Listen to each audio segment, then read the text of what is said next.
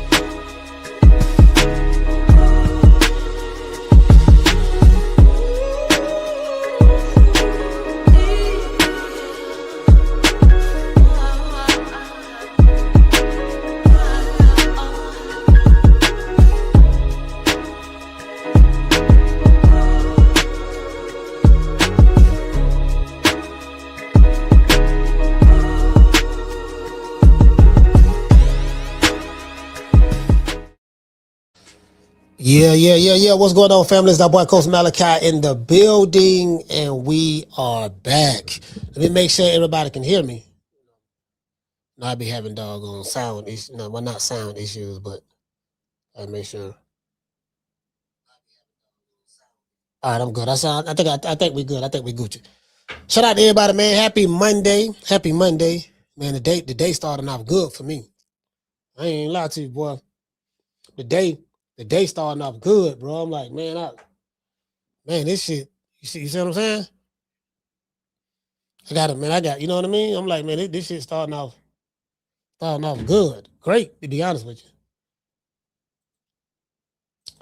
Let's see what we got. Who we got in this bitch? Let's see what we got. Let me pull it up right here. Looking at the chat. Let me pull the chat up so I can see. And go over there. Shout out to Daniel. Daniel, what's going on, fam? I see Daniel. Let's see who we got. We got Daniel. Shout out to Kerry. Kerry, what's going on, fam? Shout out to Daniel. Shout out to Kerry. Shout out to the main command. Oh, the man in command. Okay. Yeah, I'm kind of, you know what I mean? Kind of like, trying to figure this shit out. I'm trying to figure it out. Trying to figure it out right now. Shout out to Green Eyes P. Shout out to Jazz. Jazz, what's going on? Yeah, man. Man, I'm sitting back. As a matter of fact, hold on. Yeah, because we didn't have any fights last week. No, they did. They had that Joe Joyce shit. I didn't even know Joe Joyce. Yeah, I didn't know Joe Joyce had a fight until like during that day or whatever. I was like, man, you know what I'm saying? I ain't, wasn't crazy about, you get what I'm saying? I'm like, I ain't breaking my neck throwing no fight party for no damn Joe Joyce. Shout out to Mr. Boyd. What's going on, fam? You know what I mean? Motherfucker has shit to do. He don't move the needle at all. Shout out to doggone who we got? Shout out to Daniel. Daniel, what's going on, fam? Yeah, man. So I'm looking at, as a matter of fact, hold on, let's do this. Let me pull up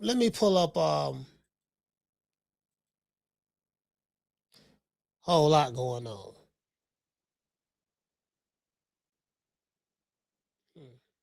Hold on. Say Dimitri Bivol has. Yeah, Dimitri Bivol. Yeah, Dimitri Bivol don't want to go back in there no more. That's too much smoke. That's too much smoke right there. He don't want to. I'm looking at my on my X page right now. That's what I'm looking at. X. Let me see what this all about. Everybody talking about the Unc and Shakur Stevenson. You know what I mean? People say, what you thought about that, coach? I say I understood where Shannon Sharpe was coming from.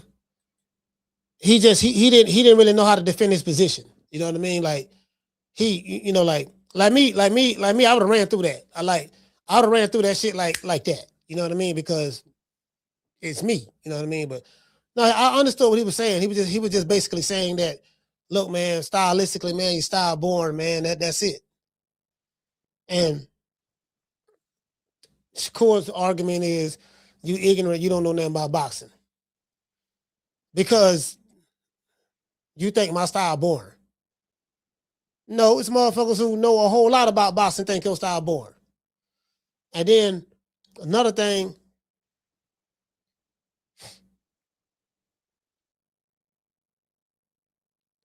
he signed over there to Zuffa. He's over there with Zuffa now. We don't know exactly how that's going to turn out. More than likely, fights are going to be with Ring. So we know that. Who the opponent would be, have no idea yet. Still don't know what's going on with, I'm not going to lie. All of this is very, very shocking to me from a standpoint of, because when all of this came out, when Bill Haney was out on the scene and Bill was letting it be known about the $100 million deal and, $100 million contract, $100 million deal, potential deal on the table. And, hey man, look, we want to fight Shakur Stevenson. He pound for pound. Come to find out, Zuffa wanted to sign Devin. They had a contract for Devin Haney and Shakur Stevenson to fight each other. We see how that turned out. Then they ended up signing Shakur when Bill was the one that let it be known what was going on behind the scenes with that situation. So I would have thought that, okay, we'll hear Devin Haney got signed to Zuffa Boxing, because of what we've been hearing about. They wanted to make the fight with Devin and between Devin and Keyshawn, Shakur and all that stuff there. And then now it's like, okay, they signed Shakur and Dana White happened. We got I paid this guy a lot of money and we got one of the best fighters in the world and this and that. And I'm looking at Dana White like, fam. Fam. I don't know what you paid him. I'm hearing it's $15 million, which is a lot of money. Bro, like, when you show him to all of the people who have Paramount, like,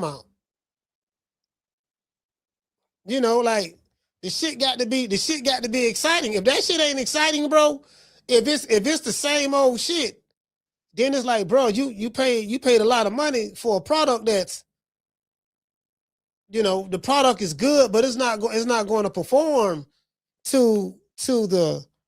it's not going to perform. You know what I mean? Now, as it relates to the product don't give a damn. The product just want to get the money. So it's like, okay, cool. The product gonna get the money, this and that. You know what I mean? That's all the product want. Shout out to Lou. Lou, what's going on, Lou?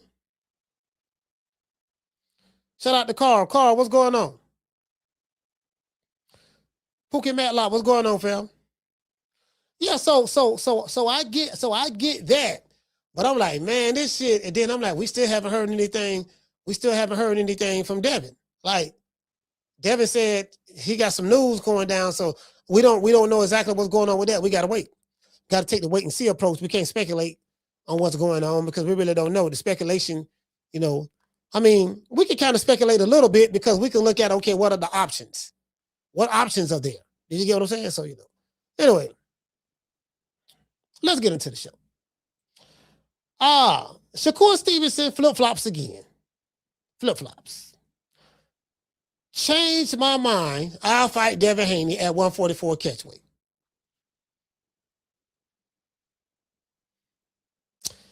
There's a whole lot I can say about this shit. But I say I'm gonna be good today. I'm gonna be good today. Whole lot, you know what I mean? Because I don't broke a lot of male groupie hearts over the past few weeks, part of the past couple of months. And you guys know I don't mind doing that. You know what I mean? We started growing as a community. We still doing what we do over here. So, I'm not. Again, we're not here to, I'm team fuck the other side. I'm not here to be a nigga friend, hold a nigga hand. I give a fuck about how you feel about your favorite fighter. I really don't give a damn, fam. I mean, like, fuck you and your fighter. You get what I'm saying? That's just how I feel about it. You know, it is what it is. I said what I said. I stand on it. One thing about me, I stand on anything I say. That, you know, when you stand on your square, no matter what, always stand on your square. Because at the end of the day, the respect gonna come from the simple fact that you stood on something and you didn't compromise and you didn't bend. I'm standing on what I stand on, and that's that. You know, I don't need I ain't trying to get no new friends. I got enough already. You know what I mean? So, you know, I ain't trying to recruit. I ain't trying to recruit niggas in the friend department. True. I am not trying to recruit niggas in the friend department.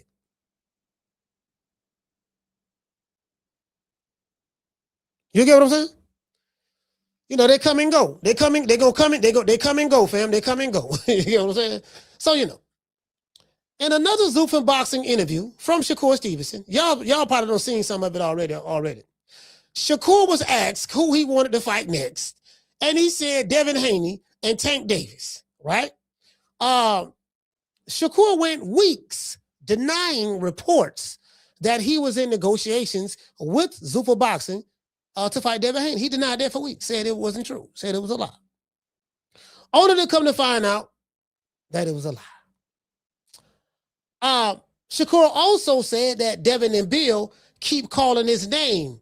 They must be desperate, and that he wanted them to leave him alone. I have the video. True. Man, why don't y'all just leave me alone? He was laughing and shit. Leave me alone, man. Stop bothering me. He said that. See what I'm saying? Leave him alone, right? Now that same Shakur is calling out Devin. Shakur also said that Devin Haney is too big in one breath, and he rehydrates 20 to 25 pounds. You know what I mean? Come fight night. Now Shakur is saying that he's willing to fight Devin Haney at 144 at a catchweight. At this point, I don't know what to believe. Because I don't know what to believe. Shakur tells Shannon Sharpe that he's ignorant when it comes to boxing, while at the same time calling Sugar Ray Robinson buns, saying that Tyson Fury would beat Muhammad Ali because Muhammad Ali was too short. He was only 100 and he was only 6'3". Ali was like 6'3", what, 215, 220, something like that. He too short. But we just saw Alexander Usyk. Guess how tall he is? 6'3". Beat Tyson Fury twice. But that's neither here nor there, right? That's just neither here nor there. It's just some shit you just, like in the box, like there's an unwritten rule in boxing. And everybody who been watching boxing a long time know this unwritten rule. You will never put yourself in an arrogant way. Because I can see a fighter saying, well, I ain't gonna never say another man would have whooped me or whatever the case may be. I get that, right? But you know, me always, it's all about perspective. I'm like, man, the shit that them dudes had to go through around that time, I don't know if today's fighter could have went through that. These dudes ain't cut like that. But that's neither here nor there. But he said Shannon Sharpe was ignorant. But it's the same guy that said Sugar Ray Robinson was buns. Doesn't that sound ignorant? Oh, and I can't forget, Shakur also did not know who Marvin Hagler was. Yes, the same Marvelous Marvin Hagler that's from Newark, New Jersey. You tell a nigga he ignorant, but you don't know any of these things.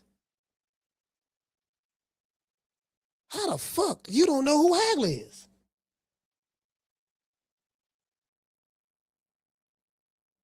When he talk about old school fighters, guess what he talk about? Floyd Mayweather. That's it. He go to Floyd. He go to Money Mayweather. Not even Pretty Boy. But you know what? I'm a chill today. I don't broke a lot of Shakur Stevenson fans' hearts, so I know they upset and shit. Y'all will be all right. Cause I'm gonna tell you like this here. Boy, Coach Malachi I have no fucks to give, bro. I swear to God, I ain't got no fucks to give. True. I ain't got none. Nigga came crying to me about some shit. I said, brother, you crying to me as though I give a fuck. Your tears mean nothing to me, sir. Your feelings and your emotions or how you feel means nothing to me. You see what I'm saying? Yeah, man, I'm on the stick icky, man. I ain't thinking about your feelings. The stickiest of the icky. You want to smoke with the old boy Rick James? Really, I don't care about your feelings or your subscribership. I don't. You know, if a nigga, yeah, dog, I don't like it, dog. I'm unsubscribe. Nigga, leave, please. Go. Don't let the door, you know, don't let the door hit you with a good Lord split you. We are team fuck the other side. That's one thing about me. I'm gonna stand on anything I say. Anything I say, I'm standing on that shit. Cause I ain't pandering to nobody. See, when you're pandering, you gotta tread lightly when you're pandering. When you're pandering, you got, okay, I don't wanna say too much over here because I don't want to offend nobody over there. But then too, I don't want to say too much over there because I don't want to offend nobody. You see what I'm saying? Nobody over here. So you gotta walk real slowly and be careful and try to walk on eggshells. Nigga, we breaking eggs. True. Nigga, we breaking eggs. Literally. So, yeah, I just can't. Anyways, there's a lot that I can say about Shakur's interview, but I'll let you guys be the judge. At this point, when it comes to Shakur, I don't know what to believe. What do you guys think about Shakur's latest flip-flop on now wanting to fight Devin Haney next at 144? Y'all become a sponsor of today's show. Send the cash out. Y'all also become a member of the show. We got a lot of members. I got some new content that's coming strictly for members only. I got a whole lot of shit we got going on. Everything should be good and ready by next week. We got the website that's going to be done. You're going to be able to buy merchandise and newsletters and everything. We got everything. It'll be ready and real excited about it. And there's some other stuff we got going down. So y'all sign up to become a member, man. We're gonna be doing giveaways again too. We're gonna be back doing some giveaways. So it is what it is. Let's give everybody in the chat a round of applause. Yeah, man. Yeah, man. See one thing about me, man. When I be vibing, I be on the stick icky. I am not finna. One thing about me, fam. The last thing I'm gonna do is argue with a nigga about how you feel about your goddamn fighter. I don't give a fuck. You wanna argue? I can't argue with you.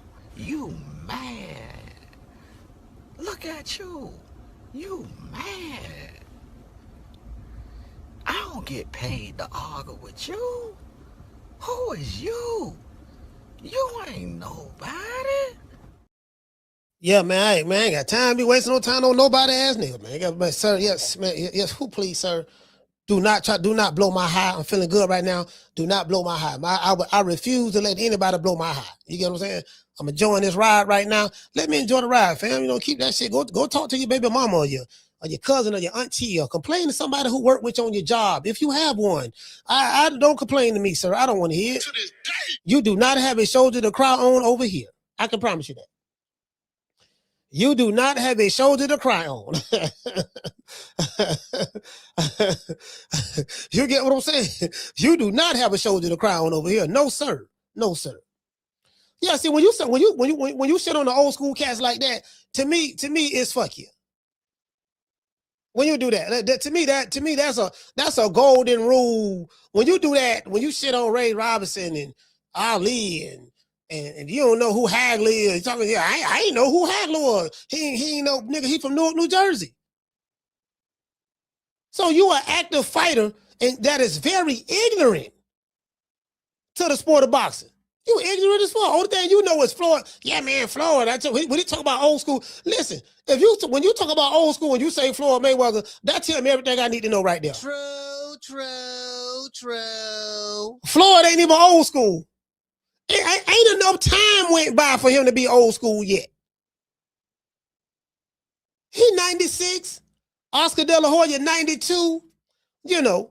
Well, you know what? I take that back. I guess he could be considered old school. You know what? Yeah, he's old school in comparison to someone that's Shakur Stevenson's age. So I take that back. He's not old school to me. To me, because I go further back. You get what I'm saying? So I really don't look at them like that yet as the old school. When I think of old school, I think of Leonard, I think of Hagler, I think of Zuma Nelson, I think of hell, even Mike. Mike started in the 80s. Even Mike, Larry Holmes, of course, Ali, of course, Ray Robinson, Ezra Charles, just all that. I think of all of that. You know what I mean? Willie Monroe. I think of all of that. You see what I'm saying? I really haven't looked at it. But then too, I have to look at it from someone that Shakur's age status, and to them, Floyd was the guy. To them, it was Floyd, and not even Pretty Boy Floyd. Money Mayweather. They don't know nothing about Pretty Boy Floyd. Money Mayweather. Do you get what I'm saying? So To this day. Hey, shout out to Rick. Yeah, Rick, Henry Armstrong. Yeah, man. Hey, Rick, see that right there. That right there is unacceptable. That's unacceptable to me. That's like a dude playing football. He a running back, and guess what? He don't know he shitting on Barry Sanders. It's just certain things you just don't say. It's a golden unwritten rule.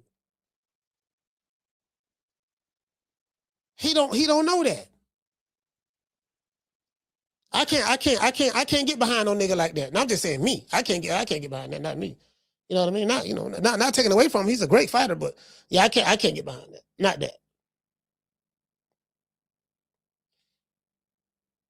Yeah, not that. You get what I'm saying? So it is what it is. It is what it is. So. Anyways, let's dedicate this show to the hood. I want to thank the whole hood who came out here. I love y'all. I did this for the hood. Y'all know I beat that boy. Yeah, how the fuck you don't know? I'm like, bro, how you? But that's like me being from Florida and not knowing who Roy Jones is. Like, I mean, you get what I'm saying? Or Ray Mercer. I'm just dumbfounded on that. Like, damn. I mean, I can see it. It wasn't even like this motherfucker fought in the 20s and 30s. Like, nigga, this is like, you get what I'm saying? Yeah, man. It is what it is, man. Fuck it. What that video at? Let's go over and see what he's talking about. Let's see what Shakur set us up. See what he's talking about right here. See what he's talking about right there. Ryan Garcia talking about steroids. Okay. I think this is it right here. I think this is the video right here.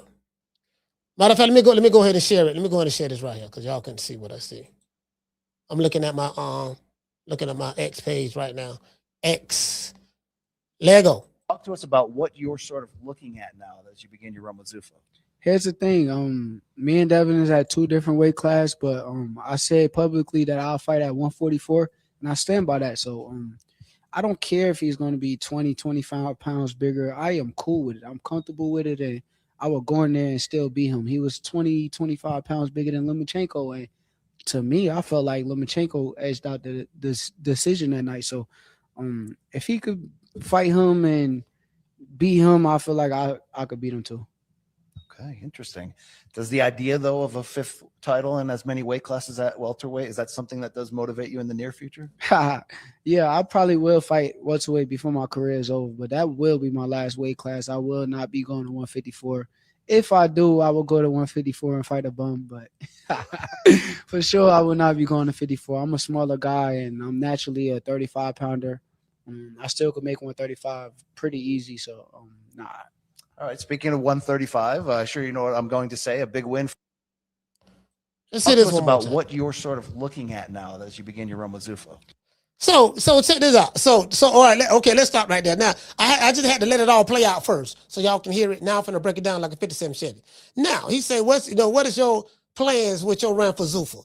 Immediately, he bring up Devin Haney. Immediately. The same Devin Haney that, man, leave me alone, man. Why y'all keep bringing my name up? y'all obsessed with me. Leave me alone. That same guy who you said that was obsessed with you, leave you alone. Now you want him. Do you want him to leave you? Is he obsessed with you and you want him to leave you alone? Or do now you want to fight him? Like, which one it is? So I'm confused right there. I'm confused. I ain't got but a GED, so y'all gotta help me out on that. Help me out on that. I'm confused. Let's continue. Here's the thing. Me and Devin is at 2 different weight classes, but I said publicly that I'll fight at 144, and I stand by that. So I don't care if he's going to be 20, 25 pounds bigger. I am cool. Let's start right there. I'm finna blow this shit up too. This shit like taking candy from a baby. So Shakur says, I don't care if he blows up 20 or 25 pounds bigger. But just a few weeks ago, you said that he was too big for you. And he want to fight you because you're little. Now you're saying that even though he's too big for you, and even though that you're little, you'll still fight him. What am I to believe? That's one. 2, if the day of the weigh-in, he weighs, and Devin Haney never missed weight. He's never missed weight. If the day of the weigh-in, he weigh the same thing you weigh, aren't you going to rehydrate? He talking like he going to weigh in at 139, don't gain no weight. Devin Haney going to weigh in and rehydrate to like 160.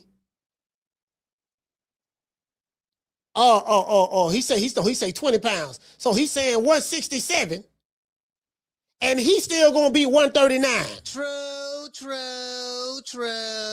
He talking like, yeah, well, I ain't gonna rehydrate the one he gonna rehydrate. Bro, listen, I can literally show you fights. Look how big he was when he fought Oscar Valdez. Look how big he was when he fought Jamel Herring. Look how big he was when he fought Teofimo Lopez. He looked bigger than Teo. They make these straw man arguments as though they're not going to rehydrate. That man ain't going to be no 20 to 25 pounds bigger than you. For him to be, so bro, come make that shit make sense. The weigh-in, y'all weighing the same thing. He under 140, you under 140. So he 139. You 139. He gained 20 pounds. That's 159, 160. How much you gonna gain? How much you gonna rehydrate, Shakur? Oh man, I ain't gonna do no rehydrating, man. Like I'm just gonna stay right here. You gonna rehydrate by 10, 15, 20 pounds? You goddamn self. Like, but come on, fam. True.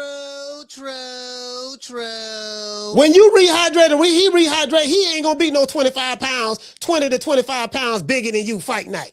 Come on, cut it out. man, quit the cap, fam. bro, quit the cap, fam. I've been around Shakur Stevenson on multiple occasions. Man, quit the cap. To this day. Come on, fam. Do you want to fight the nigga Devin Haney, or is he too big? Yes or no? Do you want him to leave you alone, or do you want his attention now? What it is? I'm confused. Because there's several videos, you saying several different things. One video you saying this. The other video you saying that. This video you saying something else. The other video you saying something else outside of that. What it is. But I digress. Let's continue. With it. I'm comfortable with it, and I would go in there and still beat him. He was 20, 25 pounds bigger than Lomachenko, and to me, I felt like Lomachenko. All right, so let's challenge that. Let's challenge that. Because see, I'm the type of nigga, you ain't just going to say no shit and just get away with it. Okay, cool. You say he was 20, 25 pounds bigger than Lomachenko. All right, cool. So that means that you knew how much Lomachenko rehydrated to, and you know how much Devin Haney rehydrated. So let me ask you a question. How much did Lomachenko rehydrate? See, these are the questions that a mofo should be asking. See, the mofo ain't gonna get away with that with me. I said, okay, cool. You say he was 25 pounds bigger. Okay, how much did Lomachenko weigh come fight night?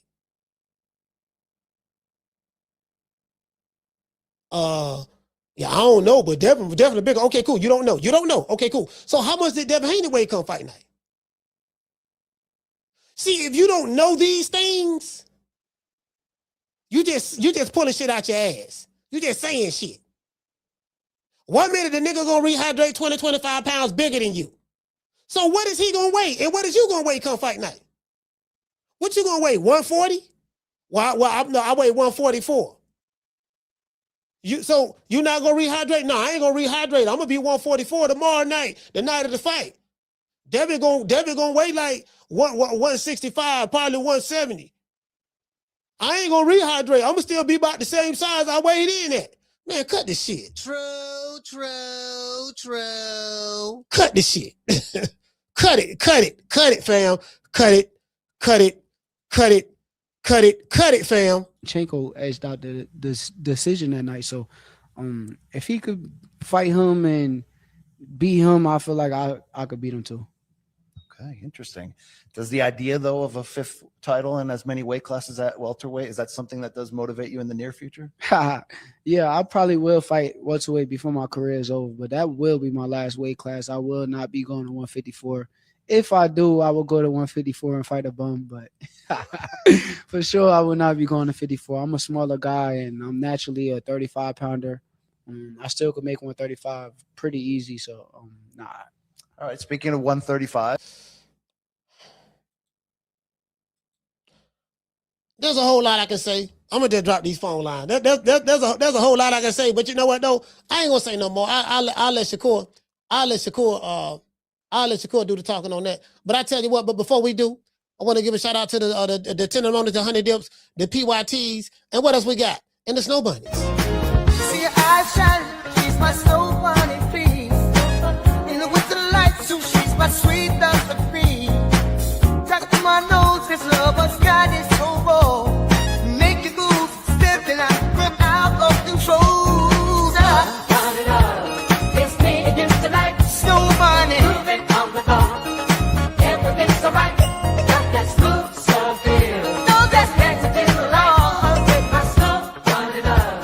Bring party back at night. see your eyes shine, she's my snow bunny, please. In the winter lights, too, she's my sweet Dr. Cream. Talk to my nose, this lover's got is so raw.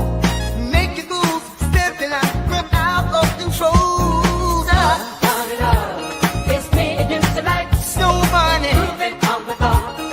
Everything's alright, got that smooth soul feel. no, that's Dance it in the light, with my snow, turn it up. Bring party back at night. see your eyes shine, she's my snow bunny, please. In the winter lights, too, she's my sweet Dr. Cream. Talk to my nose, this lover's got is so raw. Make you goose, stepping out, run out of control. Turn it up, it's me against the light. Snow bunny, Moving on the bar. Everything's alright, got that smooth soul feel. no, that's Dance it in the light, with my snow, turn it up. Bring party back at night. Yeah, man, Snow Bunny Love, man, the number one hit song, number one song around the country. It's just not a song. It's number one at every liquor store around the country, man. There ain't a song in America that's hotter than Snow Bunny Love right now at the liquor store. True. You know, if listen, if you're looking for a snow bunny, if you're looking for a snow bunny and you need some motivation, listen to Snow Bunny Love to get all the courage and motivation that you need, man. You know what I mean? Like Snow Bunny Love. It's me against the night. Hey Sheila, hey shout out to Steph. Hey Steph, what's going on? Steph, I know that's your favorite song right there. I know that. I already know. I already know that's your song. I already know that song. That's why I played it. I played it specifically for you. Hey, boy, I swear to, oh my God, bro, fam, Hey, boy, ooh, Lord have mercy, boy. But y'all, what in the Wakanda going? Listen, fam, boy, I'm at the gym today. Man, boy, I had forgot all about this. Boy, I'm at the gym today. I'm at the gym, right? I'm at the gym getting my swole on and shit. You know what I mean? I'm doing back and shoulders and all that shit there and traps and you know what I mean? Pull-ups and dips and shit like that, right? I'm at the gym, man, bro. I'm gonna tell, boy, I swear to God, bro. Bro, I don't know what it was today, bro, but today, man, shit. But I ain't even lie, bro. But it was some snow bunnies in there today. I'm talking about, man, they was fine. They was fatter than a Montana mule. But I'm talking about these snow bunnies was finer than a motherfucker. Bro, I swear for God, bro. One had six pack, one had some abs, and you know, she had something else too. And then there was another one. Like I'm on the cable, right? Doing this, you know, I'm doing the cold shoulder and shit. I'm super saiyan, right? I'm doing the front, you know, I'm doing the front. You know what I mean? I'm doing my thing, right? You know, I'm doing my shoulder lips and shit like that with the cable and shit. The Smith machine just trying to, you know what I mean? Like, you know, bro. Man, I'm talking. But I seen it was like 4 of them came up in that bitch, bro. Like it was one right there to my left. Then there was another one right across from me. Then I left where I was at. Then I went to go sit down and do the rolls. I went to do some rolls, right? And man, there was another one right there. I was like, God, she had a 6-pack. I'm like, man, God damn, I'm talking about, man, found out that I'm talking about they had ass and everything. I was like, God damn. True. Hey, you know what I mean? I was like, damn, what the? You know, when I was growing up, the white women didn't look like that. I'm telling you. Listen, y'all go back and look at some old videos. Go back and look at how the white women looked in the 80s. And then look in the 2000s. They didn't look the way they look today. The way they look today. To this day. They didn't look like that in 88, 89, 90. You start to see a little transition. Like when the 90s hit, you start to see a transition when the 90s hit. Like it was, I don't know what it was, but it was a little different. But yeah, man, I'm telling you, bro. To this day. And listen, it was, bro. It wasn't no BBL, wasn't none of that. Because I know a BBL when I see one. It wasn't no BBL, none of that. Now these women was fit. I was like, damn. Hey, so she said that's exactly why I work out at home because I know me. Hey,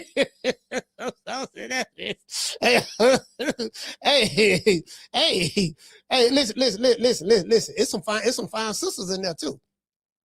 Yeah, it's some fine sisters in there. It's some fine sisters in there too. Like for real, bro. Bro, I'm talking about this. It's like the Rainbow Coalition in this motherfucker, bro. You got some fine sisters, some fine white girls, and some fine Latinos in there too. I'm like, man, everybody got ass. Everybody, I'm talking about these women fit. I'm like, God damn. I'm like, man, you know what I mean?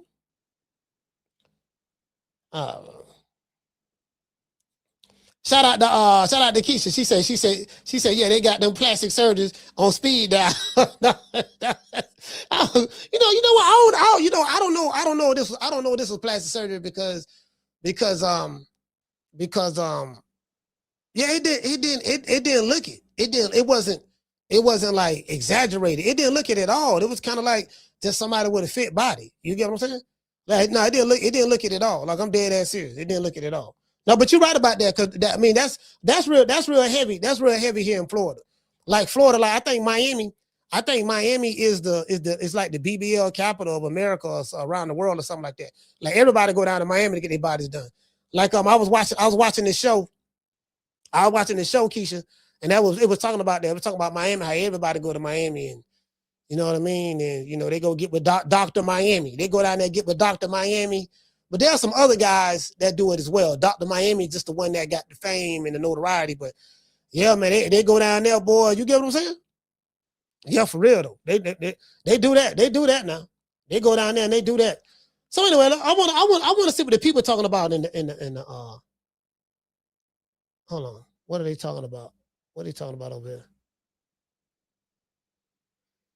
They got some dudes throwing hands right here. Who these are? Dominicans? These motherfuckers throwing hands. These motherfuckers throwing hands over there, boy. I'm sitting there looking at something else. Hey man, y'all know what time it is, man. Salute to the family, man. It is what it is. You got chain for $5? Huh? You got some chain for $5? You got chain for $5? Got it.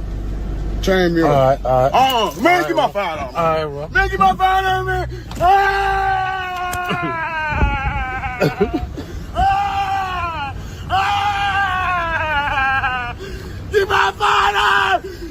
I'm gonna kill you, bitch. You, bitch. Give my motherfucker $5, man.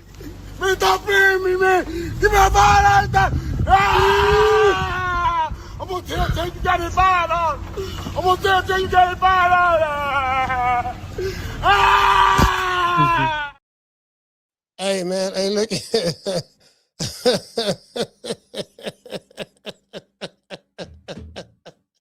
Man, nigga, time's hard out here, dog. Time's hard out here, fam. It's hard. You know, hey, check this out. You know what get me? This one get me, right? This one get me. You know, I talk about being social media rich. Social media rich is you know the old saying is, you got to pay attention. You have to pay attention. Social media rich is pretty much paid attention or unpaid attention, right? Because you got people watching or whatever, or you got people who may get on there and they living their best life. Like I've seen so many baddies on like, I'm living my best life. I'm taking this picture of me being in this hotel room and it's decorated, it's nice and showing the beach and shit. I'm like, okay, what do you do for a living? Then when you ask them what they do for a living, they get tongue tied because when in the real world, it doesn't. That's not it. You get what I'm saying? So everybody like they social media rich. They want to make people who they don't know and who don't know them. They want to convince these people that they have something that they don't have. It's like me, right? Trying to fool you to make you think I'm something that I'm not. You get what I'm saying? And that's pretty much what it is. I call it like social media rich. Yeah, but they look like they got it all together. Oh, look, that's another guru over there, another life coach. So you got the guru over here to the left, the life coach to the right. Both of them doing well. Both of them can speak good. Both of them can tell you how to get rich. Like, come on, fam. True.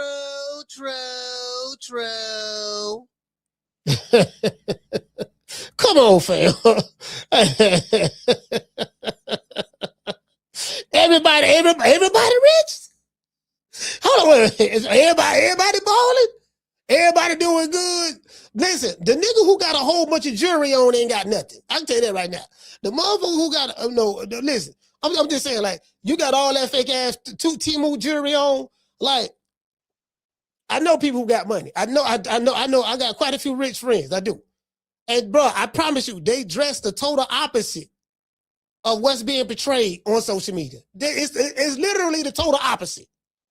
Niggas wearing topsiders, golf shoes, polo pants, maybe a polo shirt, or just a regular t-shirt, or some Jordan ass jeans. They have some New Balance shoes on, some New Balances. You will never know. Like the nigga, the motherfucker, the New Balance and the Jordan jeans. Yes, that motherfucker got it. Wait a minute, but this dude right here, he got designer jeans, designer belt, designer shirt. He got jewelry around his neck. He talking loud. He got money hanging out his pocket. He ain't got, yeah. No, he broke. That nigga that broke. Don't worry about him. He ain't got nothing. True. Yeah. Don't worry about him. He ain't got nothing. He ain't got nothing. That's the one that got it right there. The New Balance with jeans. No, you show. Yeah, I'm 100% positive. See, y'all, you gotta know how to look at money. You gotta know how to spot money. You gotta know how to spot it. See, you know what I mean? Shout out to Deluxe. Hey, okay. Jumping that $2 super chat. He said Google Rod Deluxe, the best lyricist since Rakim. Okay. Shout out to MV Private. Became a member. Salute to you, fam. Yeah, man, you get what I'm saying? Yeah, motherfuckers wearing. He said also Wrangler pants from Walmart. Yeah, they facts. Wranglers, motherfucker got Wranglers on. Man, listen, man, that nigga ain't got nothing, man. You know how stressful it is trying to look rich, trying to impress a bunch of broke motherfuckers? Do you know how stressful that is? To wake up every day to try to prove to some strangers who you don't even know, to try to prove to them that you rich.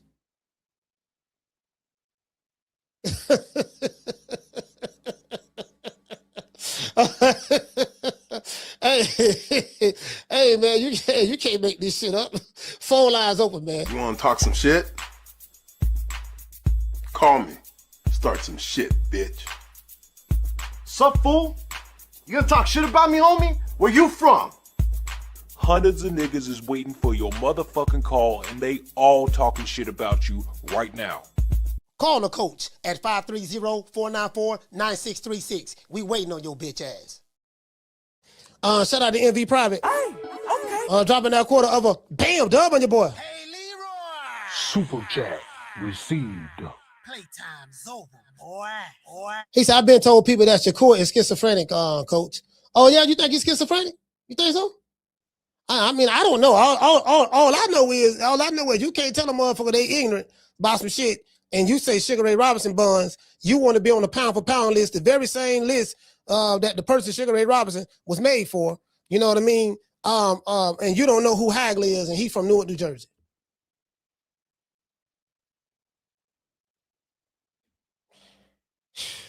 Shout out to Get Over Here. Hey, okay. Dropping that quarter of a bam dub on your boy. Hey, Leroy. Super chat received. Playtime's over, boy. He said people who dress loud attract dark energy. Who wants to rob you? Yeah. Facts. Facts. Motherfucker, when you get robbed. Yeah, I'm finna rob that nigga, dog. Hold on. Motherfucker want to get robbed? Nah. I'll call her. Hold on. He said, shout out to Witty. Hey, okay. Dropping that $2 super chat. He said the real rich don't want you to know they rich. Yeah, facts. I'll call her. What's your name? Where you calling from? This is Dale from Texas, coach. What's going on? Dale, talk to me. Yeah, I just believe, man, the flip and the flop thing with Shakur, I just believe that Shakur wanted to sign that deal with Zuffa first. The Bill came out, put everything out there, Mike Tyson and all them, right? Yeah. Shakur was still debating on what he was going to do or not do, right? So that's why he was trying to keep it on the under. Now that he's signed with Zuffa, it makes more sense what Bill was saying. So Bill, I believe Bill was just trying to lock him and Keyshawn in. Now that the time is ticking, I don't want Devin to drop the belt, but now, you know, Bill and Devin want that money. They ain't like, Shakur even said in one of his interviews, they both don't need no belt. So I believe, you know what I'm saying, Devin might go ahead and drop the belt, sign with Zuffa after the time run out, and then Zuffa gonna make Dev and Shakur go in here and fight since he already got the contract with Zuffa. That's what I think. He just didn't want Bill to be the one to put the business out there because he had made that mention before tomorrow. You know, real negotiations behind the scenes, right? So I just believe that he wanted to sign that deal first, and then I guess now it's going to be on Bill. He can't really do nothing, you know what I'm saying, with Keyshawn because he wants that money. It ain't like he's scared of Keyshawn. They want the money. So they're gonna fight for the money when they sign with Zuffa. That's my call, coach. Salute, fam.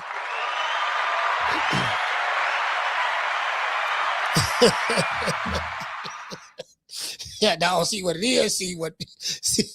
No, dog, see what it was. See, we ain't want to make it seem like Bill was the one that did the play. So we said we gonna work behind the scenes in silence because G's move in silence like lasagna. You see what I'm saying? And we just want to do that because we ain't want Bill to be thrown in the mix. Now we signed with him. You see what I'm saying? Now what we trying to do?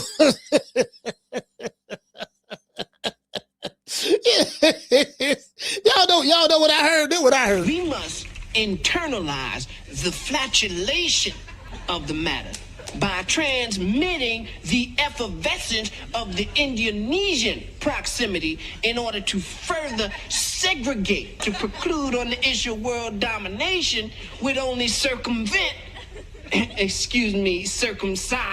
the revelation that reflects the aphrodisiac symptoms which now perpetrates the Jericho's activation.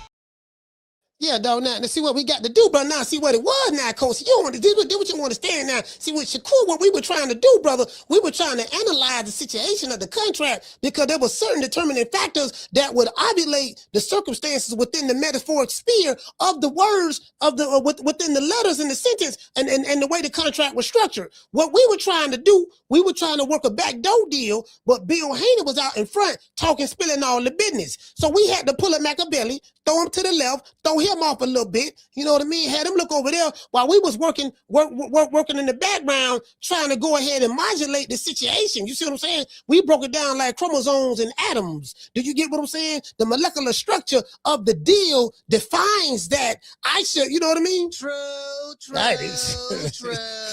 Shit, that's what I heard.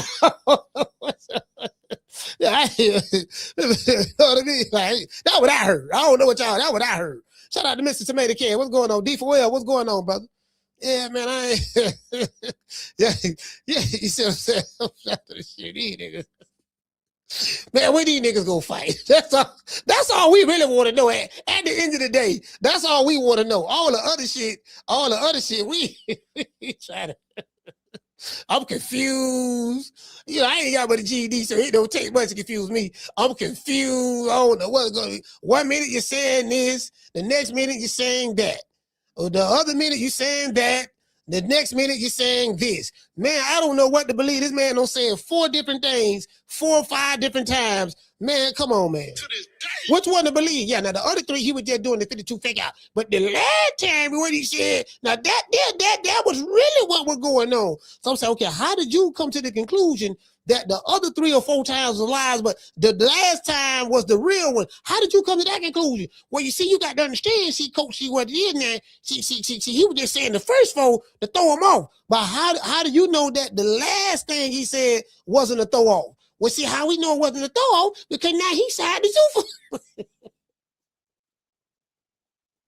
I said, all right, man, all right, man, you got it, dog, you got it. Shout out to Curtis. Hey, okay. Man, Curtis, man, Baltimore in the house. Curtis, what's up? Hey, Curtis, I'm blaming you, fam. It's your fault. If Tank would have been here fighting, if Tank would have been fighting these dudes like he was supposed to have been fighting them, Curtis, we wouldn't be talking about this Shakur and Devin Haney stuff at all right now. Hey, okay. We won't be talking about that right now. I'm blaming Tank. It's Tank's fault. You get what I'm saying? It's Tank. I'm blaming him. Had he fought them niggas like he was supposed to fight them, we wouldn't be having these discussions right now at all. You get what I'm saying? Down from the bar, there's a platform stage. People pimping, sharp as razor blades. Yeah, you supposed to have that. You see what I'm saying? We supposed to have all that. We supposed to have all that out the way by now. We supposed to have all that out the way by now. Yeah, man. Yeah, man. I'm trying to tell you, man. Who went away and fought them dudes? Got them out the way. Shout out to Curtis. Hey, okay. Dropping that quarter of a bam, dub on your boy. Hey, Leroy. Super chat received. Playtime's over, boy. Curtis say showing love, keep grinding with your content. Yeah, I appreciate that, Curtis. I appreciate that. Yeah, man, we got him, man. Y'all know what it is, man. What, bro? You want to give my motherfucker $5 and go? What you leave me for? Go, man. I'm your twin brother. You don't want to give me a $5? I'm saying I'm your twin. I want $5, bro. Why you going off on me for? I just said I want my $5, bro. You want to hurt me, bro? No. I just said I want my $5 on that play date. You want a cigarette? I want $5, bro. I want my $5. I ain't keep playing, bro. You got me on Unibrew, man. This shit rich, man. Don't do me like that, bro. Man, bye, man. I'm going mad now. Man, I don't fuck that shit, man. I'm mad now, bro. Fuck it. I don't care. I'm gone, too. Fuck it. You don't want to talk to me. Bye, man. I'm gone, bro. I'm gone, bro. I'm gone now. It's over with. Bye, Terry.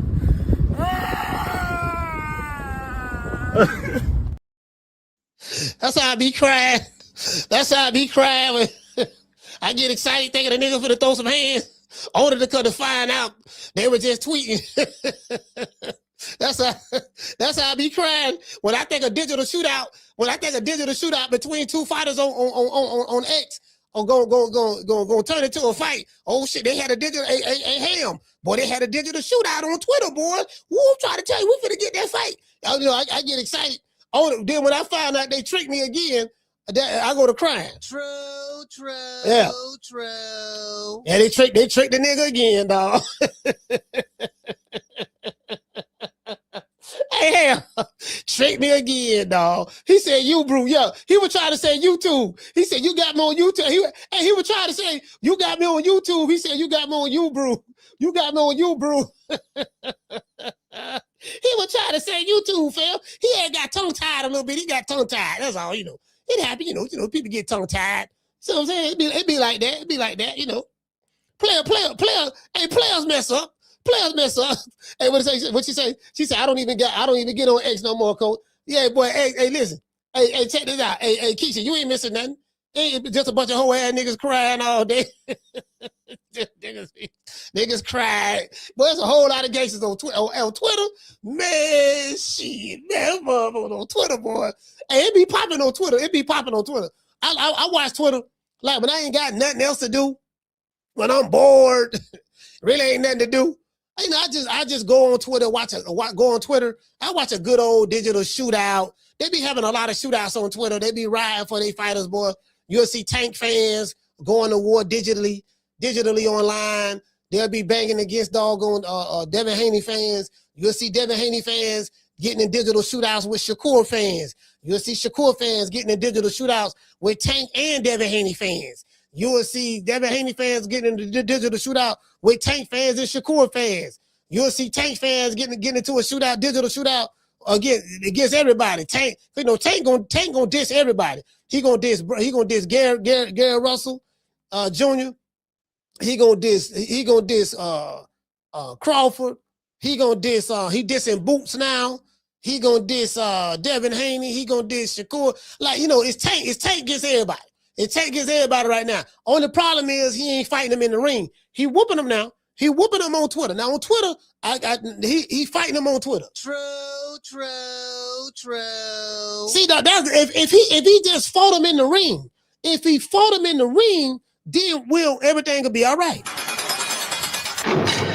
Sitting in the county jail right now for child support, driving on a suspended license, or a missed court date?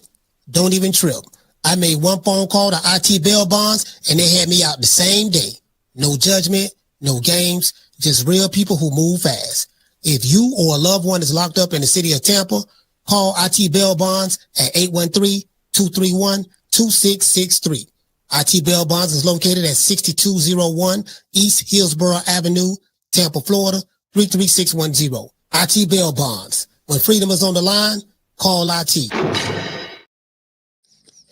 When freedom is on the line, call IT. My sister Keisha, my poor sister. What we gonna do, sister? We gonna say a special prayer. We gonna say a special prayer now, because what we got to do now, I know man locked up. I know he locked up, and what we gonna try to do, we gonna let me lay some hands. We gonna lay some hands, right? Put a little oil right here. See this oil? You know what oil is? Oil? Are you trying to say oil? Yeah, we say oil. We're gonna put a little oil on your forehead right there. You know what I mean? And we're gonna say a special prayer. We're gonna say a special prayer right now for you and me. And I want you to hold on to God's unchanging hand, because he helped Joshua fight the battle of Jericho. Yes. He helped Daniel get out the lion's den. He helped Gilligan get off the island. Lord.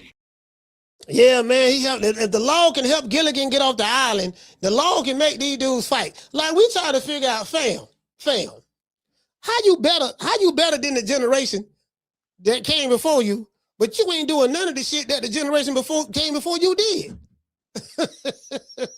I'm better than them niggas, but you ain't doing what they doing. Yeah, but no, see, it's different now. It's different. Caller, what's your name? You calling from? Jamie from New York. Jamie, talk to me. Hey, coach, anybody I hear shit on an old-time great, I won't respect you. And if you're a current fighter talking the same way, it's simple for me. I don't fuck with you. And that's precisely the reason why I don't fuck with Shakur, man. when I first heard him, you know, shit on Robinson like that, that shit left a bad taste in my mouth. And you know, then I see him with a Puerto Rican flag, and I'm like, the fuck out of here, man. You know, fucking fake. Hey, he Puerto Rican. Punk. Hey, he Puerto Rican, man. Hey, he Puerto Rican, man. Man. Nah. He Puerto Rican, man. Nah, coach. The man had a Puerto Rican flag. The man Puerto Rican, man. Listen, they can claim them, but not me, bro. Fuck all that, man. This guy, man, bro. Lately, man, the way he's, you know, he's been trying to play, I guess, the boxing fans or the casuals, really, because it's just pure ignorant, man, and it's silly, to be honest, you know. But and I tell you more, man. You know, listen, coach. You have all these fighters today. They claim they have all this data in their head, and they say their IQ is very high, but they know nothing about the history of boxing, the career they chose. Feel me? Yeah. So Shakur went to Zuffa for the money. They asked him a direct question about Zuffa, Dana White, and the competitors, and he laughed. He did not have the balls to say it was the money, coach. You know? But I tell you what, if Shakur gets in the ring with Haney, I got Debo Dev ready. That's my call. Zuffa.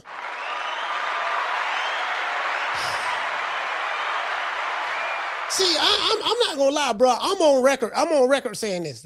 For me, the better fight for me was Devin Haney and Keyshawn Davis. To me, that's the better fight.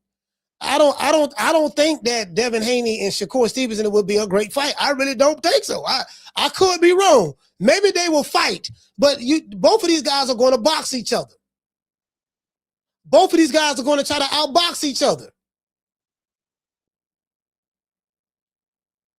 Somebody got to make it a fight. Because when you fight a pure boxer, if you get in the ring with a pure boxer, you got to fight him. Both of these guys are two pure boxers. Both of them. They have very similar styles. So I'm like, man, well, you know, Keyshawn now. And what Gray called him? Gray called him She-Card. DC Gray called Keyshawn Davis She-Card. Hey, Keisha, you need to go back and listen to that video. Hey, Keisha, you need to go back and look at that video. Gray called I don't know why he don't like Keyshawn. I like Keyshawn. I like his style. I like his style. Now, he do have bad bitch energy, but I like his style, though. But so stylistically, I like him. And I think it match up very well with Devin Haney's style. He like, I don't like She-Con. Yeah. Nigga, I don't like She-Con. I don't like Bill Haney want to beat pimp ass. Nigga, I don't like Tank no more. He don't like Tank no more. Yeah. I don't like motherfucking Mama Holyfield. He said, I don't like Mama Holyfield, nor his son. You see what I'm saying? He look like he a little funny. He got a little funny something going on with him too. That's what he said. I don't like Brian Norman Sr. with the nigga Brian. Yeah, Brian Norman Sr. I don't like him. And he just had a whole list of people he didn't like. Jay Prince, fake ass motherfucking mob tie. She don't give a fuck about no motherfucking mob. I don't like Jay Prince. His old mumbling ass, slow talking, mumbling motherfucker. True. Hey, look, he was tripping. Hey, Keisha, he was tripping. He called him She-Con. Yeah, She-Con. Hey, man, this man, hey, look, the man, I said, man, who you like? I said, who do you like? I said, great, man, look, this how I ended the call, right? I said, man, who do you like? Like, who you like, man? Like, every time I turn around, you're like, you mad? You don't like nobody. Who do you like? He said, yeah. I like somebody. I said, who do you like, Gray? He said, I tell you who I like. You know who I like? I said, who? He said, you know all those people who I don't talk about? I said, yeah. He said, that's who I like. True. He said, all the people who he don't talk about, that's who he like.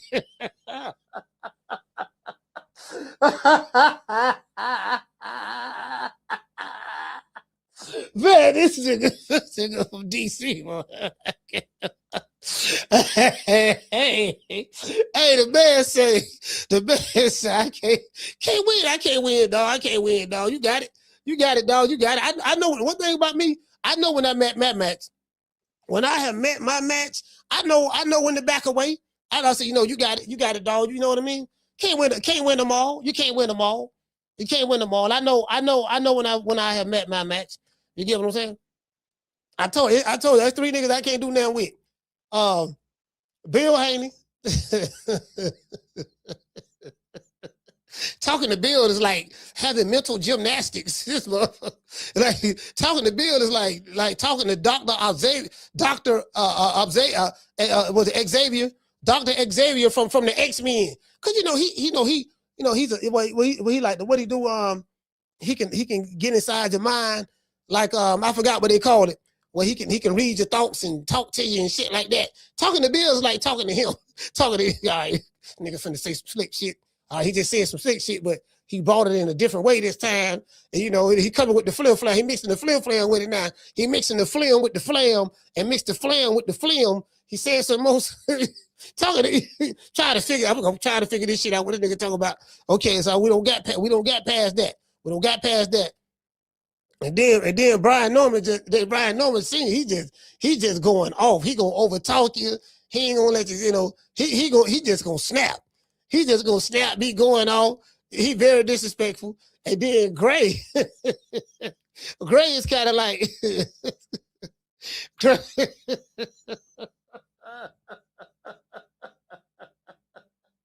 this nigga don't like nobody.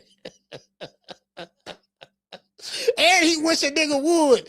I wish a nigga would come to DC with that bullshit, Slim. We got something for him. True.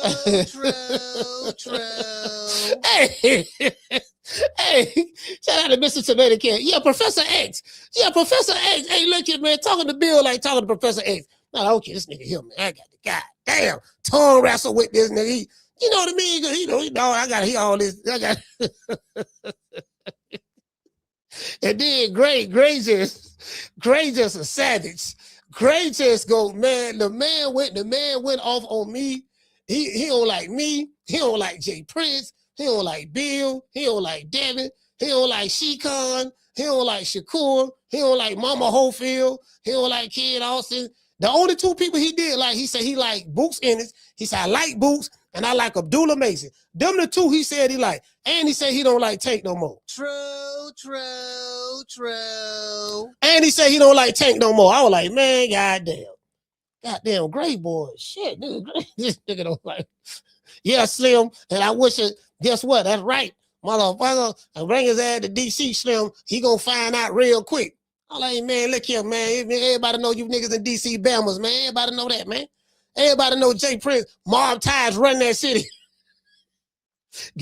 I throw something out there to get him started. I say some shit like that. Put them jumper cables on them. Throw that out there. That's all it takes. That's all it takes. Tell him that there, boy. Hey, nigga, what? Nigga, I wish a nigga motherfucking would come through DC with that bullshit, Slim. Trying to tell you. Hey. Yeah, man, we sitting back around this bitch. Hey, you get what I'm saying? I'm like, listen, man, I don't understand is this. I don't know what to believe, bro. I don't know what to believe. Like, as I said before, now, okay, let's go over here because now he's over there with Zuffa. Yeah, I can make a fight with anybody. I'm like, man, shit. And you see Debo right here. Debo, I told him when I went down there in Miami, I said Debo damn in shape. That motherfucker in shape, fam. I'm like, tell you, that motherfucker in shape when I saw him.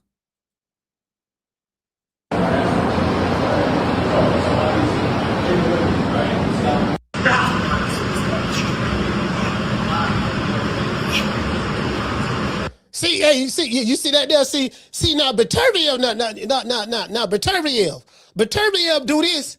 See, Shakur, see Devin, he got the gloves on, he got the hand gloves on, and then he got the cushion right here. See, Beterbiev do that shit on concrete. Beterbiev doing that right there on concrete. See Debo, see what Debo gonna have to do. Debo gonna have to toughen them knuckles up. You know what I mean? Because he could probably get some more knockout power right there too, right? What he gonna have to do? He got to do it like how Beterbiev do it. See, he doing it now. Again, I can't do this shit. So don't get it twisted. I can't do this myself. I can't do it, but I'm not a world-class athlete. So I'm not a world-class athlete. But I'm saying, but I seen the Russian do that. The Russian Beterbiev, oh man, concrete. True. Or he just got the hard floor, whatever. Well, he just got the hard floor. He ain't got the now he do it in the ring too though. Now you know what? I did see him doing inside the ring. I seen him doing inside the ring as well. I see him do it on the floor, and I see him doing inside the ring as well. Yeah, I did see that. So my bad. It ain't always on the concrete, but he do it inside the ring as well. But yeah, but see, that was what Debo gonna have to do. Debo, look, you got to take the gloves off, Debo. What we got to do, we got to toughen them knuckles up. We got to toughen them up because them niggas think it's sweet. So they see you doing this here like that there.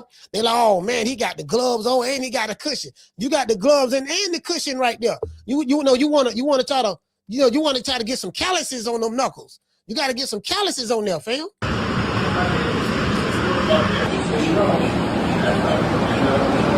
Yeah, I told y'all. I said Debo was in shape. And I saw him when I was in Miami. When they went on that 5-mile run, I was on the bike following them and shit. Yeah. But see, this the thing though. This the thing. You ain't got to keep training like that if you fight more. Do you get what I'm saying? Like, I'm sparring this dude, I'm sparring that dude. 8-9 months don't went by. You still ain't fought. 8-9 months. And see, when you when I interviewed Tommy Brooks, right? Tommy Brooks say that he like for his fighters to be active. He like for a fighter to fight at least 4 times a year. No less than 3. He say because it keeps you from having fat camps. It keeps you in shape. Some fighters are disciplined. They stay in shape anyways. But that's what I'm saying, bro. Like 8 months, you ain't fighting, but you training, just staying ready. But if you stay ready, you ain't never got to get ready. The reason why those guys stay in shape back then was because they fought more. So you don't never really get out of shape. Do you get what I'm saying? You don't never really get out of shape. I got to go get in shape. I need an 8 to 12 week training camp. I need a 12-week training camp or a 10-week training camp. Doggone, what my main man name? Emmanuel Stewart, RIP to Manny Stewart. Manny Stewart said all he needed 6 weeks with a fighter. He said, all I need is 6 weeks. Give me 6 weeks. I have him ready for a fight. They ain't got no strength and conditioning coach. Ain't none of that shit. I'm going to have that motherfucker ready. You get what I'm saying? Yeah, 6 weeks. That's it. 6 weeks. What did say, Daniel? He said, unfortunately, Debo doesn't have Beterbiev's power. No, but what he got to do, listen, he got to do it on his knuckles. Hey, shout out to Blue Blood. Blue Blood, what's going on, fam? Salute to you, brother. Shout out to Blue. Hey.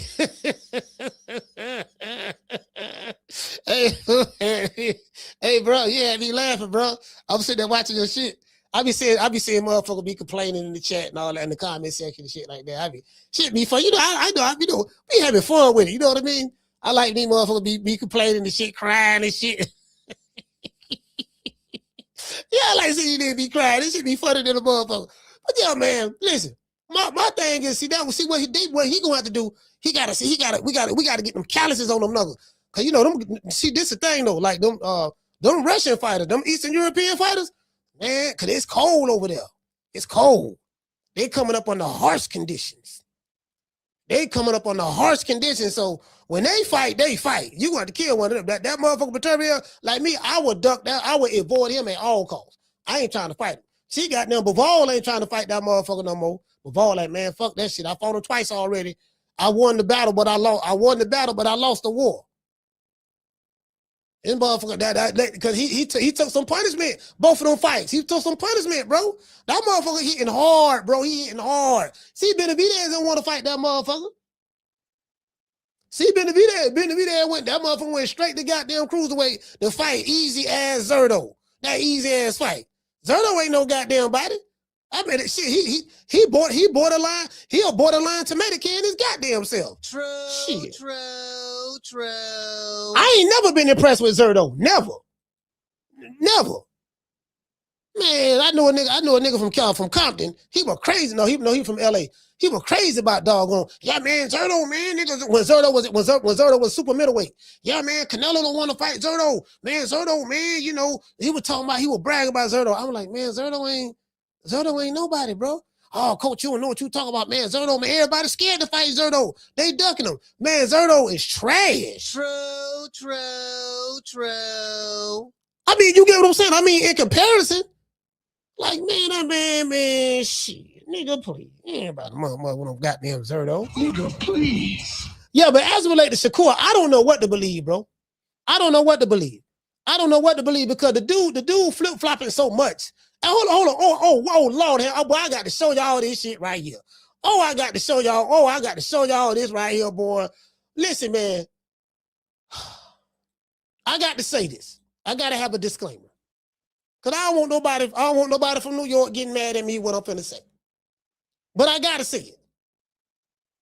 Specifically Brooklyn. Because this fighter that I'm finna talk about is from Brooklyn. There's a fighter that can't sell out a hot dog stand. He fights in venues like the Hulu Theater. He says he's the nicest, and he's a nice guy. He's a great talker on the camera. I like watching him fight when he does fight. I don't enjoy all of his boxing matches. You know, sometimes his last fight, he put a nigga to sleep. I was sleepy. We did the fight party. This fighter made me sleepy. I literally got sleepy watching them fight. You guys who was here with me on the fight party, you saw me. I was dozing off. I was like, yeah, man, I was doing like this here. I was dozing off. I'm serious, bro. Y'all know how crunk I be on fight parties. Thank God for Albert Bell and the Dula Mason fight. The second half of that fight anyways. But this dude right here said that he's on another planet. Like, this is the typical Black American fighter in America today. Black American fighter and Puerto Rican fighter. Got to throw the Puerto Rican in there, right? Because there's some crazy Puerto Rican fighters right now in America right now. There's some crazy Puerto Rican fighters. We're going to talk about both of them. Fuck it. I'm going to put everything on the table right now. Put everything on the table. This nigga Shoo Carrington. Shoo. As a matter of fact, you know what? Fuck it. Let me do this. Let me stop talking. Let me let y'all just hear this shit.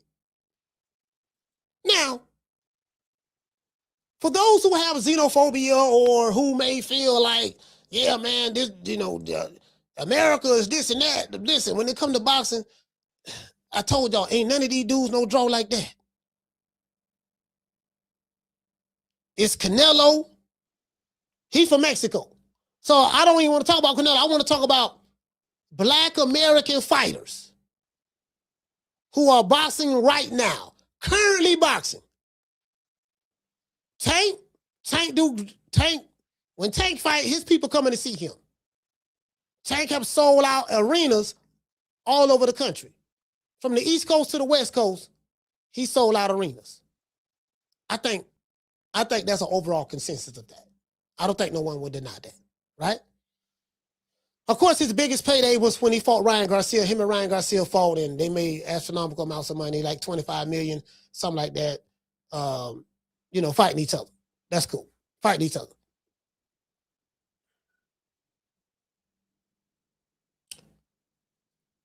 Shoo said some of the dumbest shit that bro, like, hold on, let me let y'all hear this shit. For a fight with the monster. Would you go to Japan for a fight with the monster if that was presented to you? Man, it all has to make sense at the end of the day, in terms of the financial aspects for me, in terms of leverage and everything that because to be honest, if he moves up in weight, he won't have a belt. Mm-hmm. This will not be his weight class.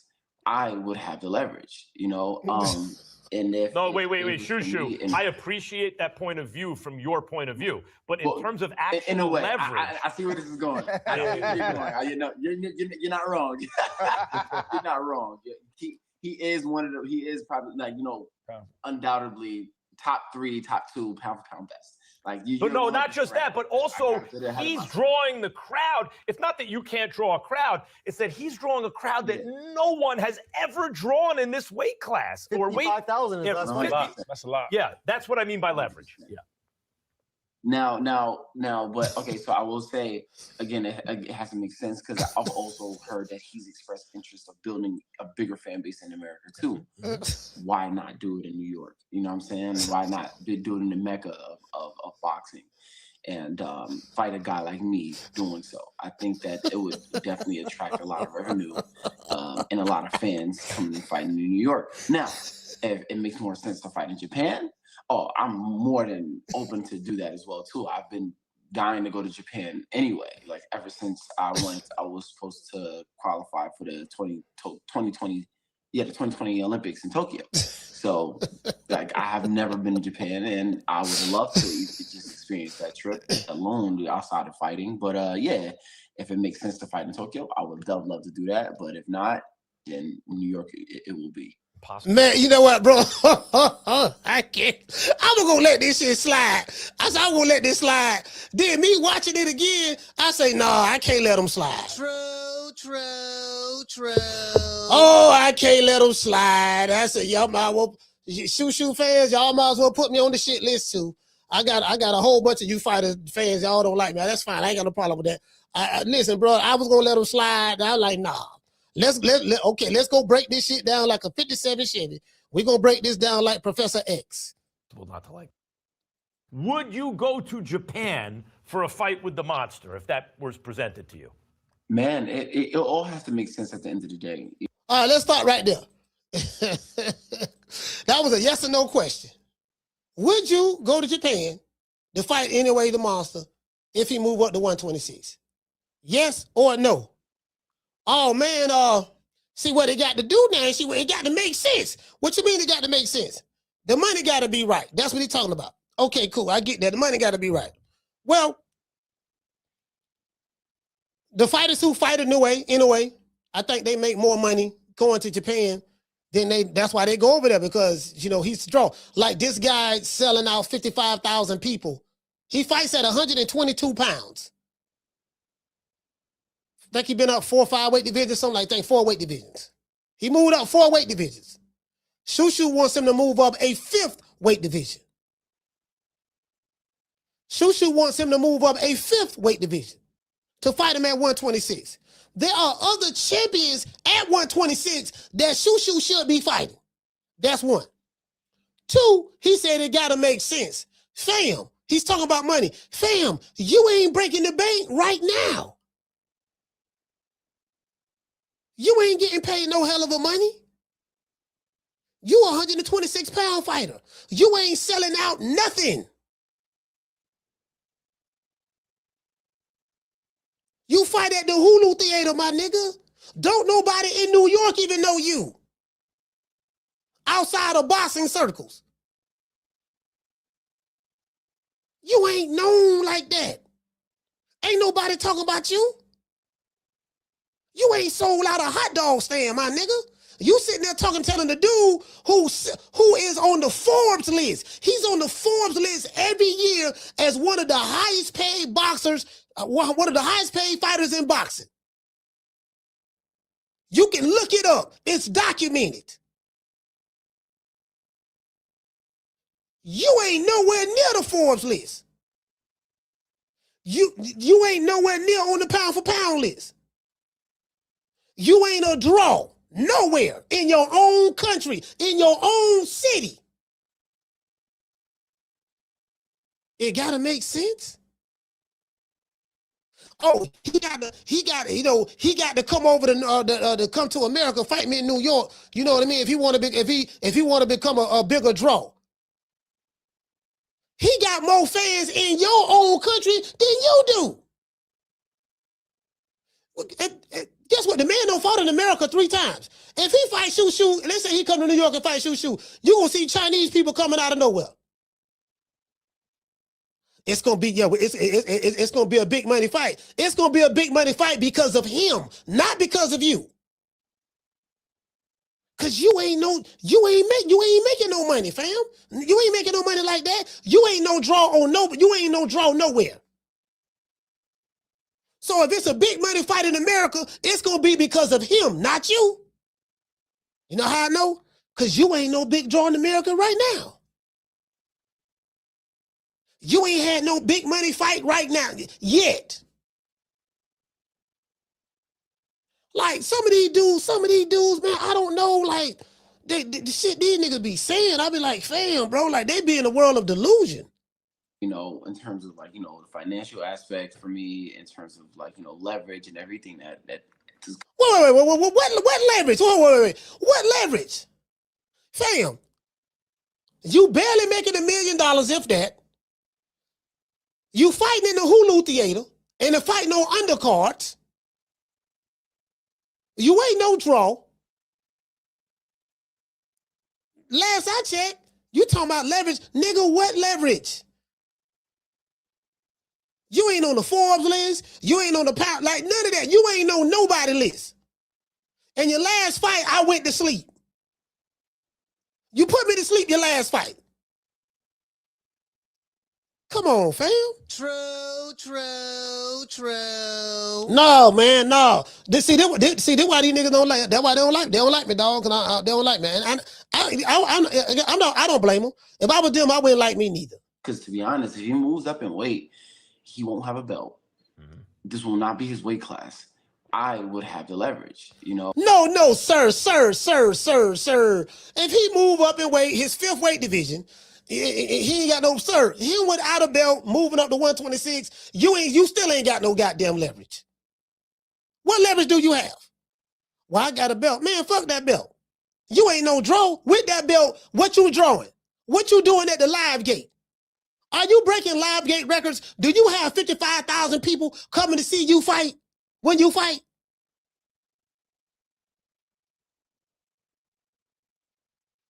Like what, nigga? What leverage are you talking about? Yeah, have I missed something? I'm just saying me. I ain't got but a GED, so y'all help me out. Am I missing something? What leverage does Shushu have in a new way, negotiating with the fight a new way the monster? What leverage do you have? To this day, man, you can't make this shit up. I digress. And if no, wait, Shushu. I appreciate that point of view from your point of view, but in terms of actual in a way, leverage, I see where this is going. I see where you're going. You know, you're not wrong. Yeah. See, he realized what it was. He realized he had no fucked up. You know you don't fucked up, right? You know what I'm saying? You know you don't fucked up. They gonna tell you, yeah, I got the leverage, dog. Yeah, I got leverage, dog. See what I'm saying? Then gotta come fight me in New York, dog. Cause he said he want a bigger fan base, and he want a bigger fan base. Why not fight me to get the bigger fan base? You know what I'm saying? We gonna do great numbers. You see what I'm saying? He come over here, dog. He want to be a star. He gotta fight me. I'm the man at 126. You ain't fought the other dudes at 126. You got Espinosa right there. What the other dude name? You know, there's a whole bunch of dudes right there that got belts you ain't fought. You got to fight them other dudes. I like Shushu, but just because I like him, goddamn it, do not mean that I don't have to correct the record, goddamn it, when they say some dumb shit. True. Yeah, I ain't hell no. Nigga doing more than me. A dude doing more than me. That's like me. That's just like somebody who doing better than me in a certain field. I've been on the Forbes list 4-5 years in a row.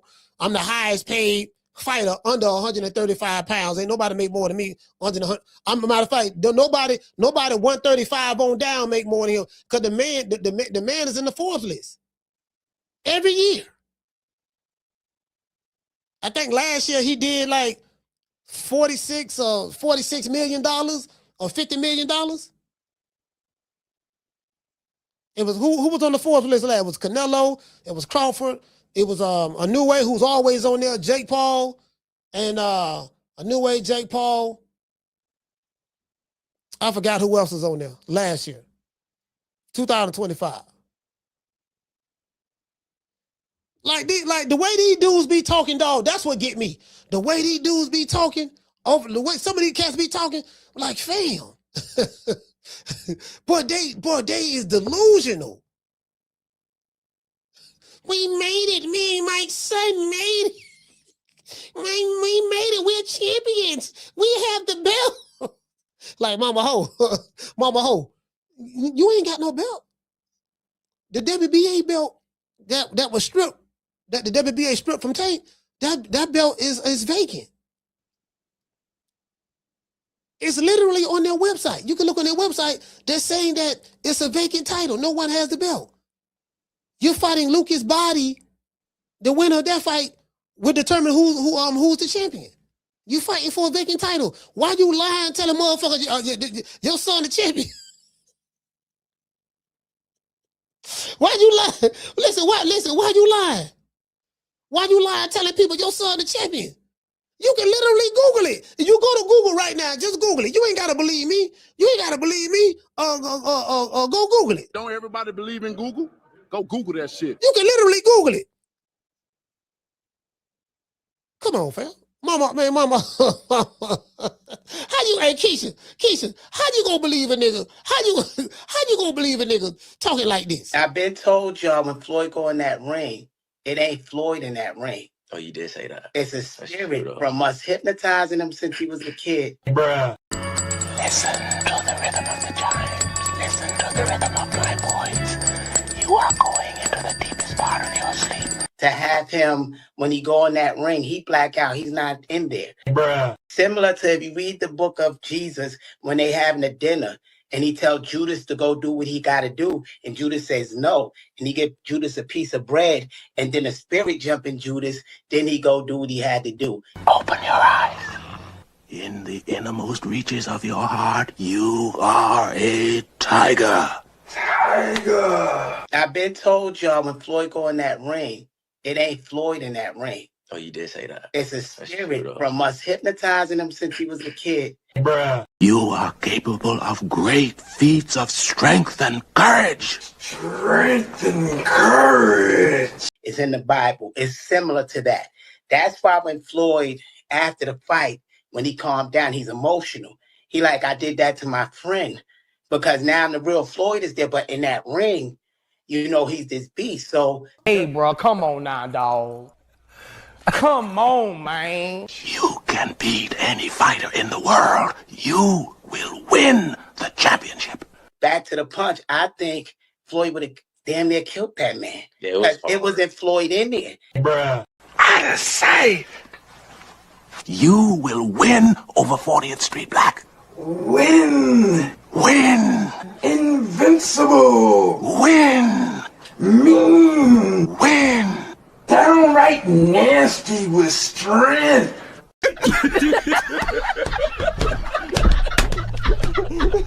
Shout the season, man.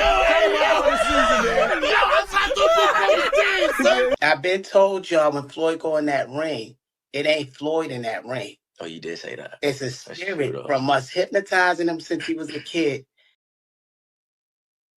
Hey, how you gonna believe a nigga talking like that? nigga making shit up. This in the book of Jesus. There is no book of Jesus in the Bible. Come on, dog. I read everything in the Bible, dog. From Genesis to Exodus. I ain't seen everything in between. Well, the book of Jesus, what is that? Is that the New Testament or the Old Testament? Which one? Is that in the New Testament? Which one? I'm trying to. It's in the book of Jesus, dog. It's there. Till I read it last night. I read it. I ain't read it. I'm telling you, it's there. See, Jesus was talking to Judas. And he told Judas to do what he had to do. Like, bro, that don't even, how you gonna believe a nigga who tell fantastical stories like that? What's a dude say something like that, dog? You gotta question everything. Literally, fam, it's on the WBA website. You can Google it right now, what is it? July 13, 2026. There is the WBA title at 135 is vacant. No one has it. Mike's son, we are champions. Mike's son's a champion. Chink dropped the belt. He was scared of Mike's son, and now he's the champion. You know, I told you guys. You know, I told you. We did it. We was homeless and we overcame hunger and we was homeless sleeping in our car with no AC and I had to take my son and cover him up in my bosom and I had to breastfeed him because it was cold. It was cold during those times and then we migrated to Texas and I found I found a nice warm spot where we can sleep at overnight. In San Antonio and this white guy by the name of what the dude name? I forgot his name. Davies. Mr. Davies. This white guy by the name of Davies, he took us in and, he fed us and gave us food and, it gave me enough strength to, I was able to produce milk to feed my son.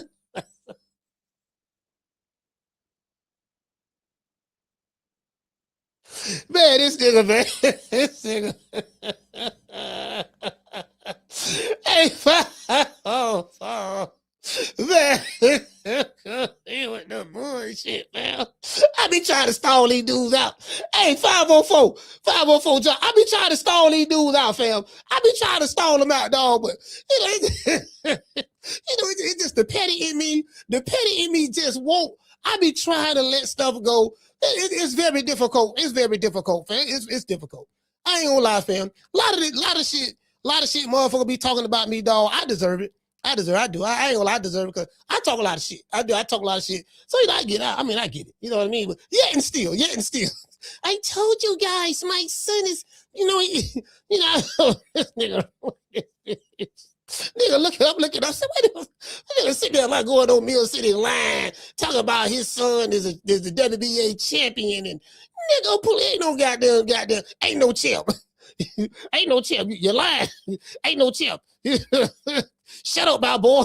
Then this ducking mother. We can't be talking about this ducking motherfucker right here, boy. How you this tall? How you this tall in a duck? Let's see what this dude talking about. Sebastian Fundora. Lord have mercy. Well, all this ducking he been doing. All right, so if you could choose one at the start of 2027, who would it be? Oh, there's a name calling me out right now, so I think Ennis would be the first one for sure. So what did you think of Boots, his performance against Xander Zayas? It was good. It was a good performance. He did his thing. Zayas did his thing too. We saw. I didn't watch the whole fight. I saw the highlights of the third round. I saw the stoppage. But I'm pretty sure that's the key points of the fight, right? But I saw some questionable things in the third round. The fans got what they wanted, right? It was exciting, no? So let's talk about that third round for a moment. Xander Zayas landed some punches. Did you start to think of what would happen if you landed those same shots? Absolutely. And Zayas isn't a pressure fighter. Zayas isn't trained that way. Zayas is a box pretty, do his thing, and make it his rhythm type of fighter, which Boots just kind of is. But Boots had more of that work rate, I guess, in that fight, more of that guts type of feeling in that fight. So he made it his. Man, this man said a whole bunch of nothing. You get what I'm saying? Man ain't saying a goddamn thing. I can't even repeat. I can't even tell you what he just said. I just heard. Man, a whole bunch of nothing. So yeah, of course. Like, fam, you ducking everybody. The reason why Xander Zayas became the WBO champ was because you dropped the belt. He was your mandatory. Xander Zayas was Sebastian Fundora's mandatory, and you dropped the belt. Okay, fine. That's cool. You dropped the belt, you want to fight him. Now you got the WBC title. Virgil Ortiz is currently the WBC interim champion, interim title holder at 154. Guess who was the WBC title holder, full title holder, so-called WBC champion right now? Sebastian Fundora. Virgil Ortiz been the WBA interim, the WBC, my bad. Virgil Ortiz has been the WBC interim champion for 2 years. Sebastian Fundora been the WBC champion for 2 years as well.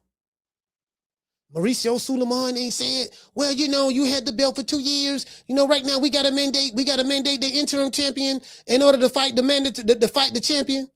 He didn't do that. That's why I told y'all these sanctioned bodies be picking sides. So everybody in on it. It's one big game and everybody's in on it. It really ain't no size. It's one side. Everybody on the same team. There's a fundamental understanding that's going on that a lot of the fans don't even realize what's happening. This motherfucker right here, how Virgil Ortiz, let me ask y'all a question. How Virgil Ortiz, hold on. I'll remove this. How Virgil Ortiz is the WBC interim champion, and he hasn't fought the champion yet. Do anybody have any answers for that? Anybody?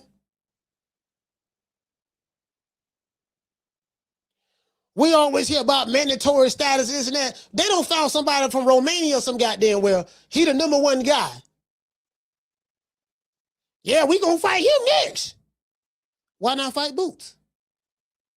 Nah, see where he in there. We ain't gonna fight Boots right now, cause you know what I'm saying? We saw what happened to him in the third round, and you just imagine what I do to him in the third round. We ain't gonna fight him right now. We just, you know what I mean? We got to fight our mandatory. Caller, what's your name? Where you calling from? Hey, what's up, Coach? This is Ken from Dallas. Ken, did you say Ken? Yeah. Talk to me. Okay, Coach. Yeah, Shakur and Haney, they want to match up. Do you think it's some brother-in-law going on with that? Or they might go 10 rounds and then try to get another big payday? Because the real big payday for anybody around their division is Tank once he clears all this legal stuff. So it's just not entertaining for both of them to get in the ring together. I mean, I'd rather them go to Tank. You can't even talk about Tank, fam. Like Tank ain't scheduled to come back to fight until 2027. By the time Tank come back to fight, it's gonna be. By the time Tank come back to fight, it's gonna be 2 years he's been out of the ring. He's been out of the ring for what, 16 months so far. He fought March 2025. So that's So he fought only 16 months ago. Really know much. Yeah, I don't really know much about Roach. Is that a good fight? Because you can't watch two boring fighters, man.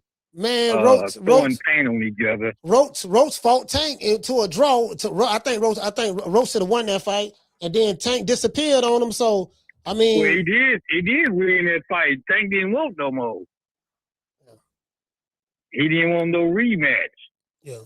So I'm thinking that's the only person that might have a chance. What do you think about my Dallas homeboy? Who? To my Errol Spence? Right. I don't know, man. He been gone 3 years. So I mean, I don't know the guy he's fighting, but maybe he can get back in there with a new coach, manager. No, he fighting right now. Corner man. Yeah, he fight. He got to go to Australia. Errol Spence is in Australia right now. He's in Australia right now. He's gonna fight Tim Tszyu at his first fight at 154 pounds. He coming off a 3-year layoff with a new trainer, Ronnie Shields. So I don't know what they expect. I don't know what we're gonna get out of him. I don't know.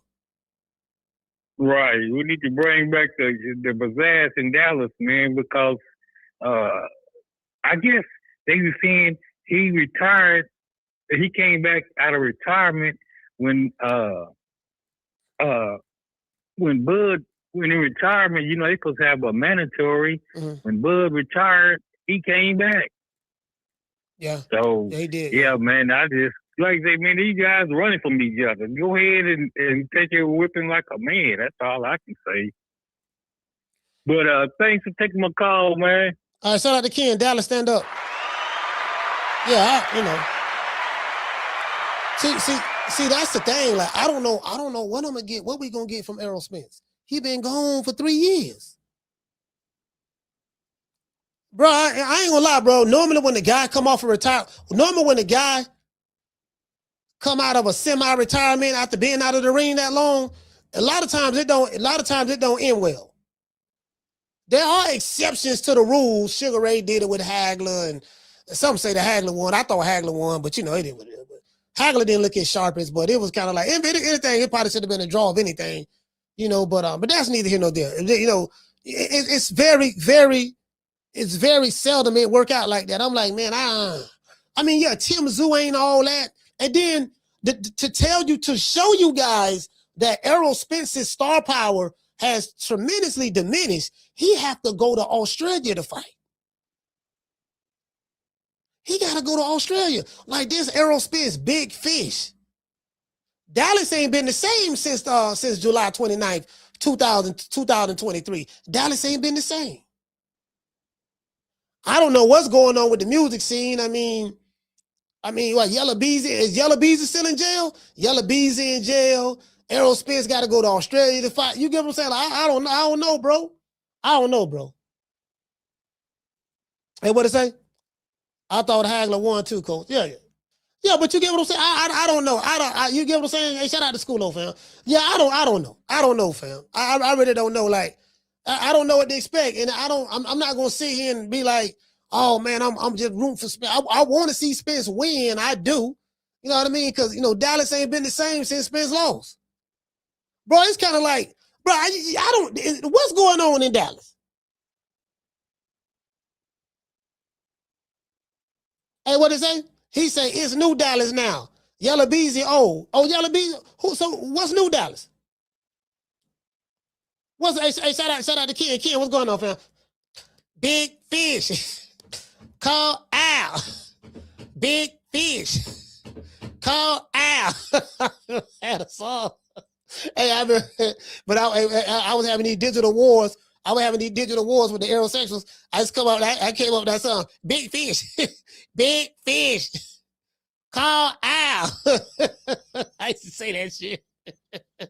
Yeah, man. We need Dallas to get back. What's going on in Dallas, man? I gotta call my main man E from Boss Talk Radio. I gotta call E from Boss Talk Radio. That's what I need to do because E got his post to the city. Anything I need to know about what's going on in Dallas, I get in contact with my main man for Boss Talk Radio E. I get in contact with him. He'll put me up on game. What's going on? What's going on in Dallas?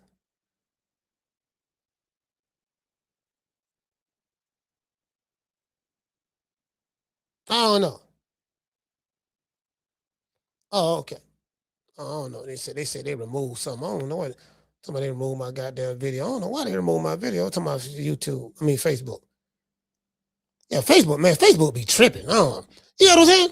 Yeah, goddamn. I don't know. Again, I don't know. Yeah, what's popping in Dallas, man? Y'all gotta let me know what's up, man. Come. I ain't heard nothing. Hey, what you say?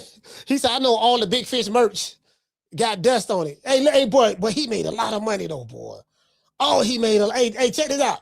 Hey, he said I'm in Dallas, and I have no idea. We lost it all with Luka. Oh, with Luka? Oh, you talking about the basketball? Oh, yeah, man. Y'all lost Luka to the Lakers. Y'all got Big X to plug, though, right? What you say? He say ran off on the plug twice. Y'all got Big X. Y'all still got Big X. Well, what Big X doing? Ran off on the plug twice. Y'all still got Big X to plug, right? Ain't he from Dallas?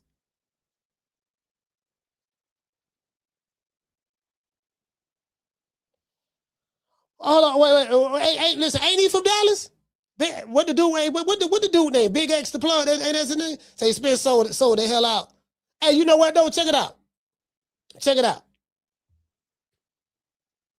Man, I don't know, man. Like, then I was listening to Spence's last interview. He said he got 1 foot in and 1 foot out. He said that too. Yeah, I got 1 foot in and 1 foot out. Like that. Nigga go to talking like that. Dude, you see what I'm saying? When they go to talking like that, fam. Yeah. Hey, what did it say? He said, yeah, him. Oh, okay. Yeah, he from Dallas. Okay. Yeah, Spence, hey, Keisha, I don't know. Spence thought he got 1 foot in, 1 foot out. I'm like, man, something telling me Tim Tszyu gonna win, man. I'm not even a Tim Tszyu fan. I'm rooting for Errol Spence. But I don't know, bro. Like, there's so much doubt in my mind about him, bro. I'm watching, I'm looking at his footage. Matter of fact, let's go over here. See, this is shit, though. Y'all want to know what's scaring? This what's scaring me, though. Hold on, let's pull this up. Hold on. Hold on, let me pull this up. Hold on, let me pull this up. Yeah, this okay. They showing. I'm looking at my X page right now. This was showing me. Let me go ahead and pull up. I'm trying to pull up Errol Spence spawn. They showing Errol Spence shadow boxing, and bro, he just looks flat-footed, slow, stiff. He looks still flat-footed, slow, and stiff. Like, fam, you get what I'm saying? You know, I'm trying to be realistic. I don't want to be like, yeah, man, you get what I'm saying, dog. Yeah, yeah, boy, Spence back. Boy, Spence finna beat the brakes off of Tim Tszyu. And I don't like what I'm seeing. I can't. I'm trying to pull it up. I'm trying to pull it up right now. I think I have it right here. I'm pulling it up. See, hey, look here. Hey, y'all check this out. See, this how I like. See, y'all be talking about, y'all be listen. These Mexicans, y'all want to see some Mexicans throw some hands? These Mexicans right here throwing hands. Keisha, check this out. Motherfuckers on the roof fighting. Everybody stick together. Everybody listen. Everybody be sticking together but us. Bullshit. Do it look like they sticking together? Boy, this nigga get pushed off the roof. One Mexican pushing another Mexican off the roof. God damn, he throwed him. Y'all saw how he throwed him? He throwed Buddy off the roof. He throwed him. Yeah, these two right here, look at that, Buddy in the air. Buddy falling down on his neck. They throwing hands. They falling off the roof though. Hit the truck, hit the back of the truck, landed on their head. Shirts over their head. They get up, they still throwing it. They still throwing it. Look. Hey. Threw a punch and miss. Hey. They ain't gotta choke them. But I ain't never seen I ain't never seen no squabble like this here. Motherfucker falling off the roof throwing it. Shit. This fight here more action. This fight more action than any Shakur Stevenson fight. Hey, wait. We might have to put Shushu in there. More action than any Shushu Carrington fight. Cálmese. These motherfuckers. Hey, güey, no le pegues, güey. No le pegues, güey. Van a llamar la policía. That's him. That's the buddy right there. He pushed dude off the roof. He pushed dude off the roof right there. Dude with the hat on right here. The dude with the hat. He pushed this dude off the roof. Si no se calman, hijos de la verga, eh? They pushing niggas off the roof up right here, man. Shit, this is. Hey, this fight should be pay-per-view. Like, guess what? We got a free fight. We got two fights. One dude got thrown off the roof. The other dude, two dudes fell off fighting each other. This is better than. But I ain't never seen no shit like this.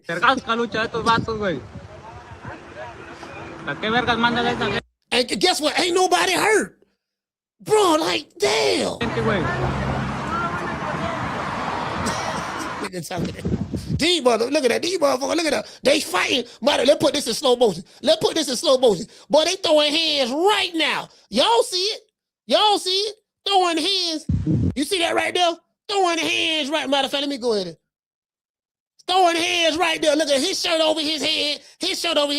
They throwing, look at they going at it right on the roof. He pushing Buddy. That's the dude with the hat on right here. The dude with the hat, he pushing that dude off. He pushed Buddy, throwed his ass off the roof. Get your bitch ass off the roof, hoe ass nigga. Throw this off the roof. Bam! Buddy fell. Throwed him. And then, hold on, wait. He throwed him off the roof. And then these dudes right here. Look at this shit. Now these motherfuckers squabbling. This a hell of a squabble right here. This the pickup truck, and they got a trailer where they dumping all of the shingles from the roof until the back of the trailer. They hit the trailer, bounce off the trailer, land on top of their head, hit the ground. Boy, these some tough ass Mexicans here, boy. These some tough Mexicans. This ain't no Ryan Garcia Mexican, because he Mexican American. These some real Mexicans. These Mexicans right here really from Mexico. There's some real Mexicans right there. I can tell. Yeah, boy, y'all see that there? There's some real Mexicans right there. You don't get no squabble like that for no Mexican American. Yes, see, that ain't no. The Mexican Americans don't fight like that. That's some real Mexicans right there. You get what I'm saying? Shit, he motherfucker. He don't push the nigga off the roof. You don't push Buddy off the roof. Now you trying to break up this fight. He's trying to break him up. Now he don't push dude off the roof. Now he looking at Buddy. Now he looking at the dude. He like, nigga, my nigga, what's up? What you trying to do? What you trying to do, fam, huh? What's up? You want some more? What's up? What you trying to do? You want some more? Look at you, looking at him. You better not jump in it neither. You better not jump in it. What's happening? I pushed off the roof last time. What you trying to do, fam? You ain't learned your lesson yet. You get buddy trying to, you see what I'm saying? Buddy like, okay, all right now, my nigga. What you trying to do? You want to squabble? Let's walk over here and throw hands then. Let's go over here and throw some hands then. That's what you need to do. What's up? I pushed off the roof last time. Don't make it work. Buddy trying to get his lick back. He trying to get his lick back. I don't like how you push him off the roof, dog. You know what I mean? Yeah, I say that's fucked up. See, you push him off the roof. I don't like that, Buto.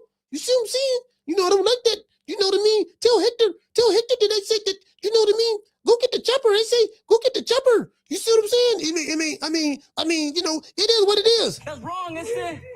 That's wrong. He did nothing to you. Motherfucker, shit, hey, shit, nigga, hey, listen.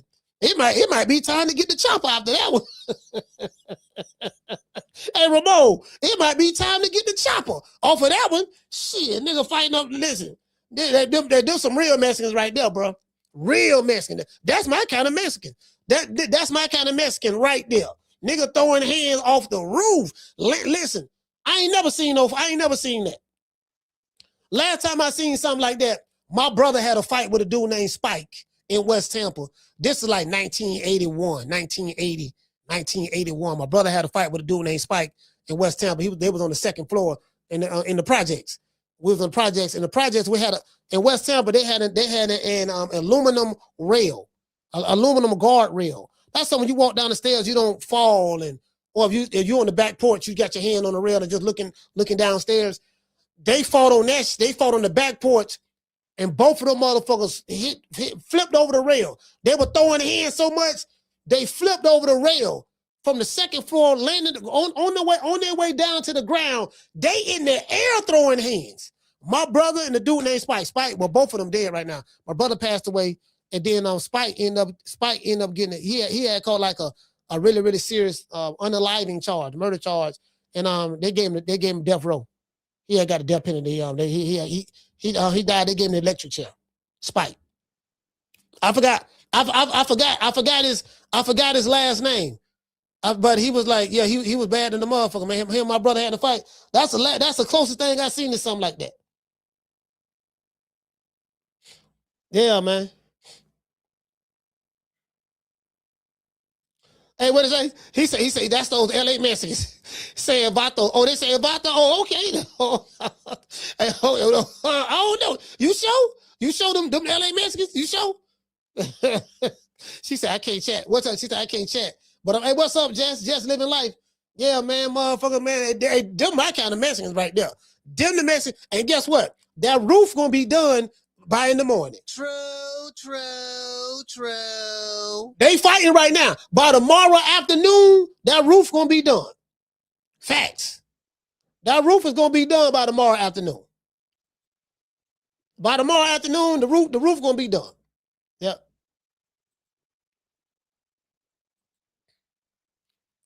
Yeah, man, I'm telling you, get what I'm saying? I'm like, yeah, man, motherfucker, them some real Mexicans right there.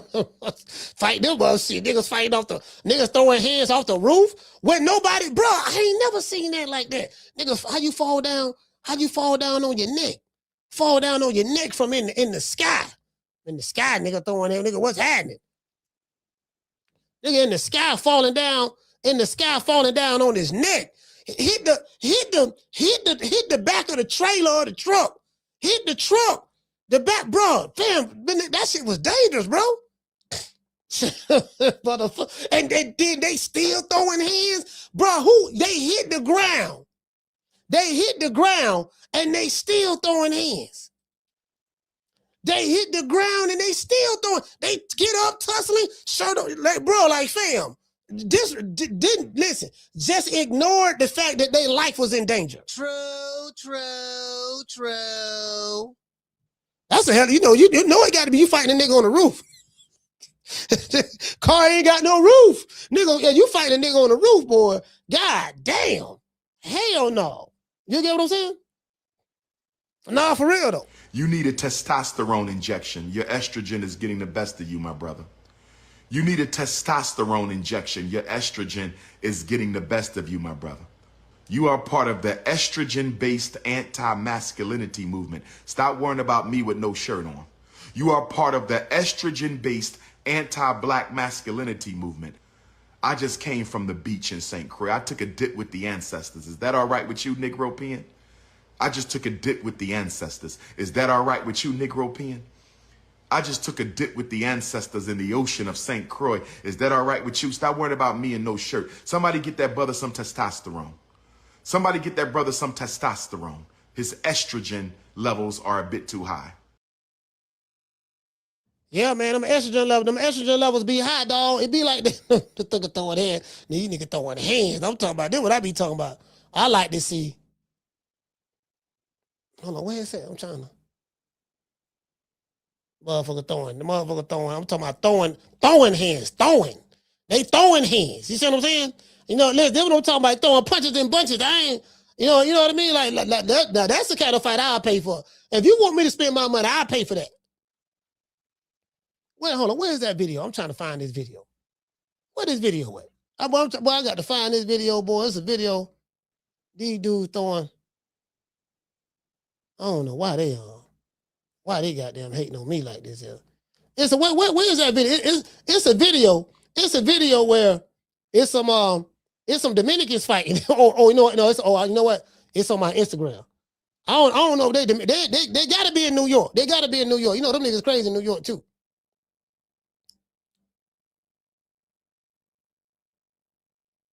Hold on. I think it's over here. Let me see what's up. I think I got to save right here. There's some motherfuckers in New York. I don't know, these Dominicans or Puerto Ricans. I don't know what they is. They throwing hands. They throwing. You know, it's hot, right? It's real hot right now in New York too. So, man, where is it? Damn, I can't find it, dog. Damn, I can't find it. Man, I can't find it, dog. What them do, man? These dudes fighting on the they gotta be in New York. They up north somewhere. I say this gotta be New York right here. These motherfuckers, they fighting on the porch, hitting each other with a bike, hitting each other with a damn shovel. I was like, damn. I can't find it. I'm gonna find it though. I can't find it. But as soon as I find it, I'm gonna let y'all know. Shout out to Mike. Hey, okay. Jumping that $2 super chat. He said, is that Mama Schofield saying true? No, that ain't Mama Schofield saying true. No. Hey, check it out. You mean Mama Hofield? Yeah, man. A doggone, hey, what you say? I gotta find. What did he say? No, they had plenty of testosterone. Man, them motherfucker right there, boy. I was like, damn, life in danger. Just listen. Let me find this video right here, man. Let me find this video. Where is that? Damn, I can't find it, dog. It was some goddamn. It was a fight. I want to say, was it some Puerto Ricans? It was either Puerto Ricans or Dominicans. That had to be New. I said, that's New York right there. That had to be New York. These motherfuckers were throwing hands, bro. They were hitting each other with bikes. Somebody got a shovel. You get what I'm saying? This shit was, this was either Dominican crime or Puerto Rican crime. They were going at it. But they were trying to kill each other, boy. I'm like, God damn. Oh, let me see what's up. See, can I find it? These motherfuckers right here, boy. I say I get all the good fights. I see all the good fights. I'm like, man, we need to put some of this. We need to see some of these fights Saturday night. Shit, some of these old garbage ass fights. These niggas be doing it. We got to put some of this shit on Saturday night, dog. See what I'm saying? I thought, man, you know what? I could have swore I retweeted that, though. I thought I retweeted it, fam. Fuck, I'm looking for it right now, dog. I'm looking through my history right now. I'm trying to find it. Because I wanted to show it. I wanted to show it to y'all. Man, them motherfuckers were throwing hands, dog. And see, this the thing, though, right? Now that, and see, this another thing. Now that Shakur's over there with Zuffa Boxing, don't know what's going on with Devin Haney. I'm hoping that we still get that Devin Haney and Keyshawn Davis fight. That's what I'm hoping. Haven't heard anything from Bill Haney. I haven't even called him. Because I can imagine, you know what I mean? Like, damn, he don't disappear. He probably don't want to be, you know what I mean? Like, because he don't put a lot of this stuff out there, set the fire, so to speak, and then now he don't back the way. Now that Shakur don't sign the Zuffa, and I'm trying to figure out if that deal that Bill was talking about was there for him and Shakur to fight each other for $15-20 million. Now that Shakur has signed directly with Zuffa Boxing, you would think that, hey, the next logical thing is what? Hearing news that Devin Haney has signed with Zuffa, and then that's going to be the next fight. And then now Shakur is saying that he want to fight Devin Haney at 144. I want to keep my word after flip-flopping on it 3-4 times. So, you know, that's all I'm saying. Mega Millions, what's going on, fam? What's going on, fam? Yeah, I'm just trying to, we're trying to figure out what's up.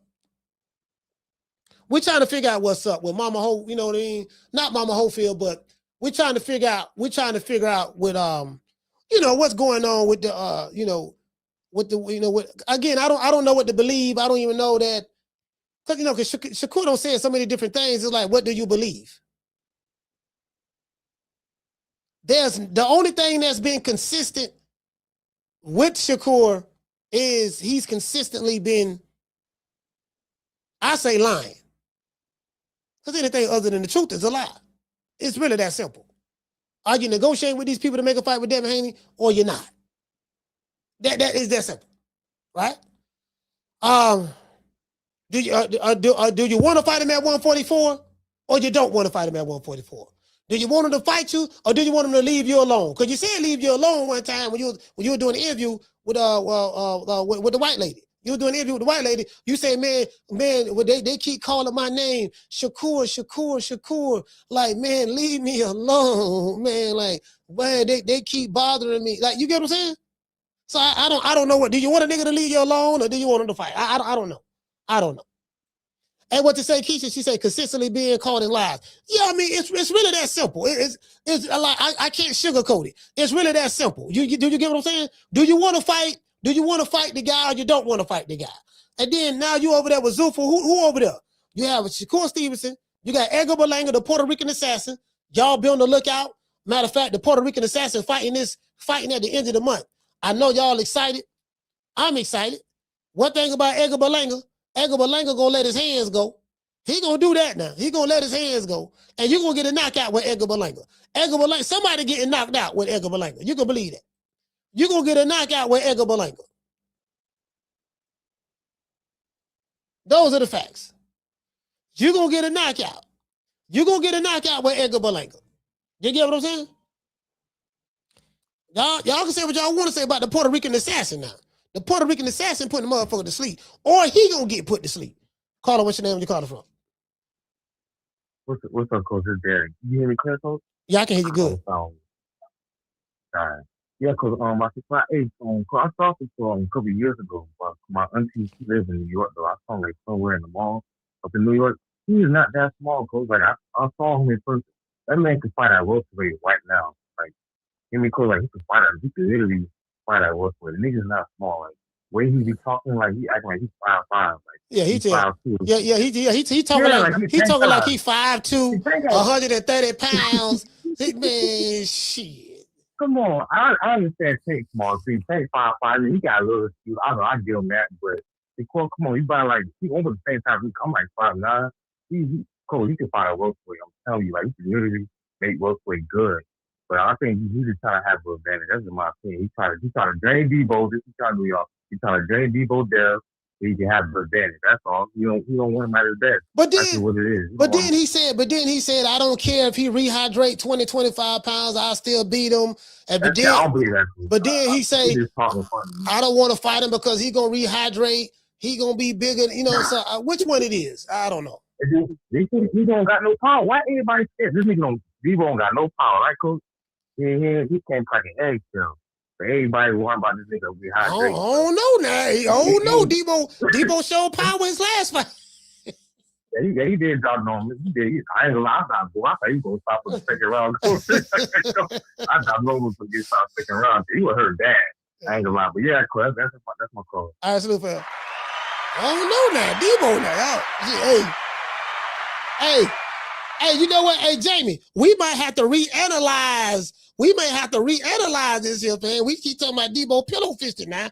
I don't know now. I think at 147, he might have his man strength. He got his man strength at 147. You get what I'm saying? He got his man strength right there at 147. You see what I'm saying? So, you know what I mean? Y'all, everybody thinking it's sweet with Debo. Debo might have some punching power now. Yeah. Yeah, Debo might have some punching power now, fam. That's all I'm saying. Oh, let me see what he say? Hold on, let's see what's up. It's like he's committed on take something. All right, hold on. Let's see what's up. Let's see what's up. So this is so Debo. So Shakur Stevenson is talking. Shakur Stevenson is talking. This is what he's saying right now. Hold on. I want y'all to see this here. This is what Shakur Stevenson is saying right now. Let's go. From whom? Rather than take something from whom? Rather than and get in the way. So at the end of the day, Devin, it seems like he's committed on vacating the belt and getting out of Keyshawn way. And since that's the case, me and him can meet at a catchweight. But he's fighting at 147. Yep. I'll fight at 140.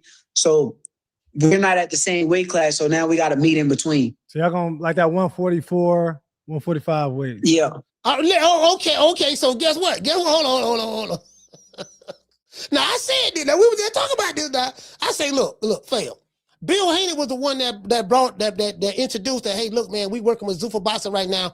We trying to negotiate a deal that's big money on the table that Zuffa's put together for Devin Haney, multi-year contract worth up to $100 million. Of course, they got to keep winning, you know. And we got $15 million on the table for Shakur Stevenson, and then Shakur ended up signing with Zuffa before Devin Haney. So now I told y'all, I say, listen. I got a good relationship with Bill and Devin and those guys. Ring Walt, Danny, the security, all that, right? Shout out to those guys. I say, listen, they live a certain lifestyle. They are accustomed to living a certain lifestyle. They got houses in Vegas, penthouse suite in New York, penthouse suite in Miami. I've been there multiple times. I know it at. You know, you feel me?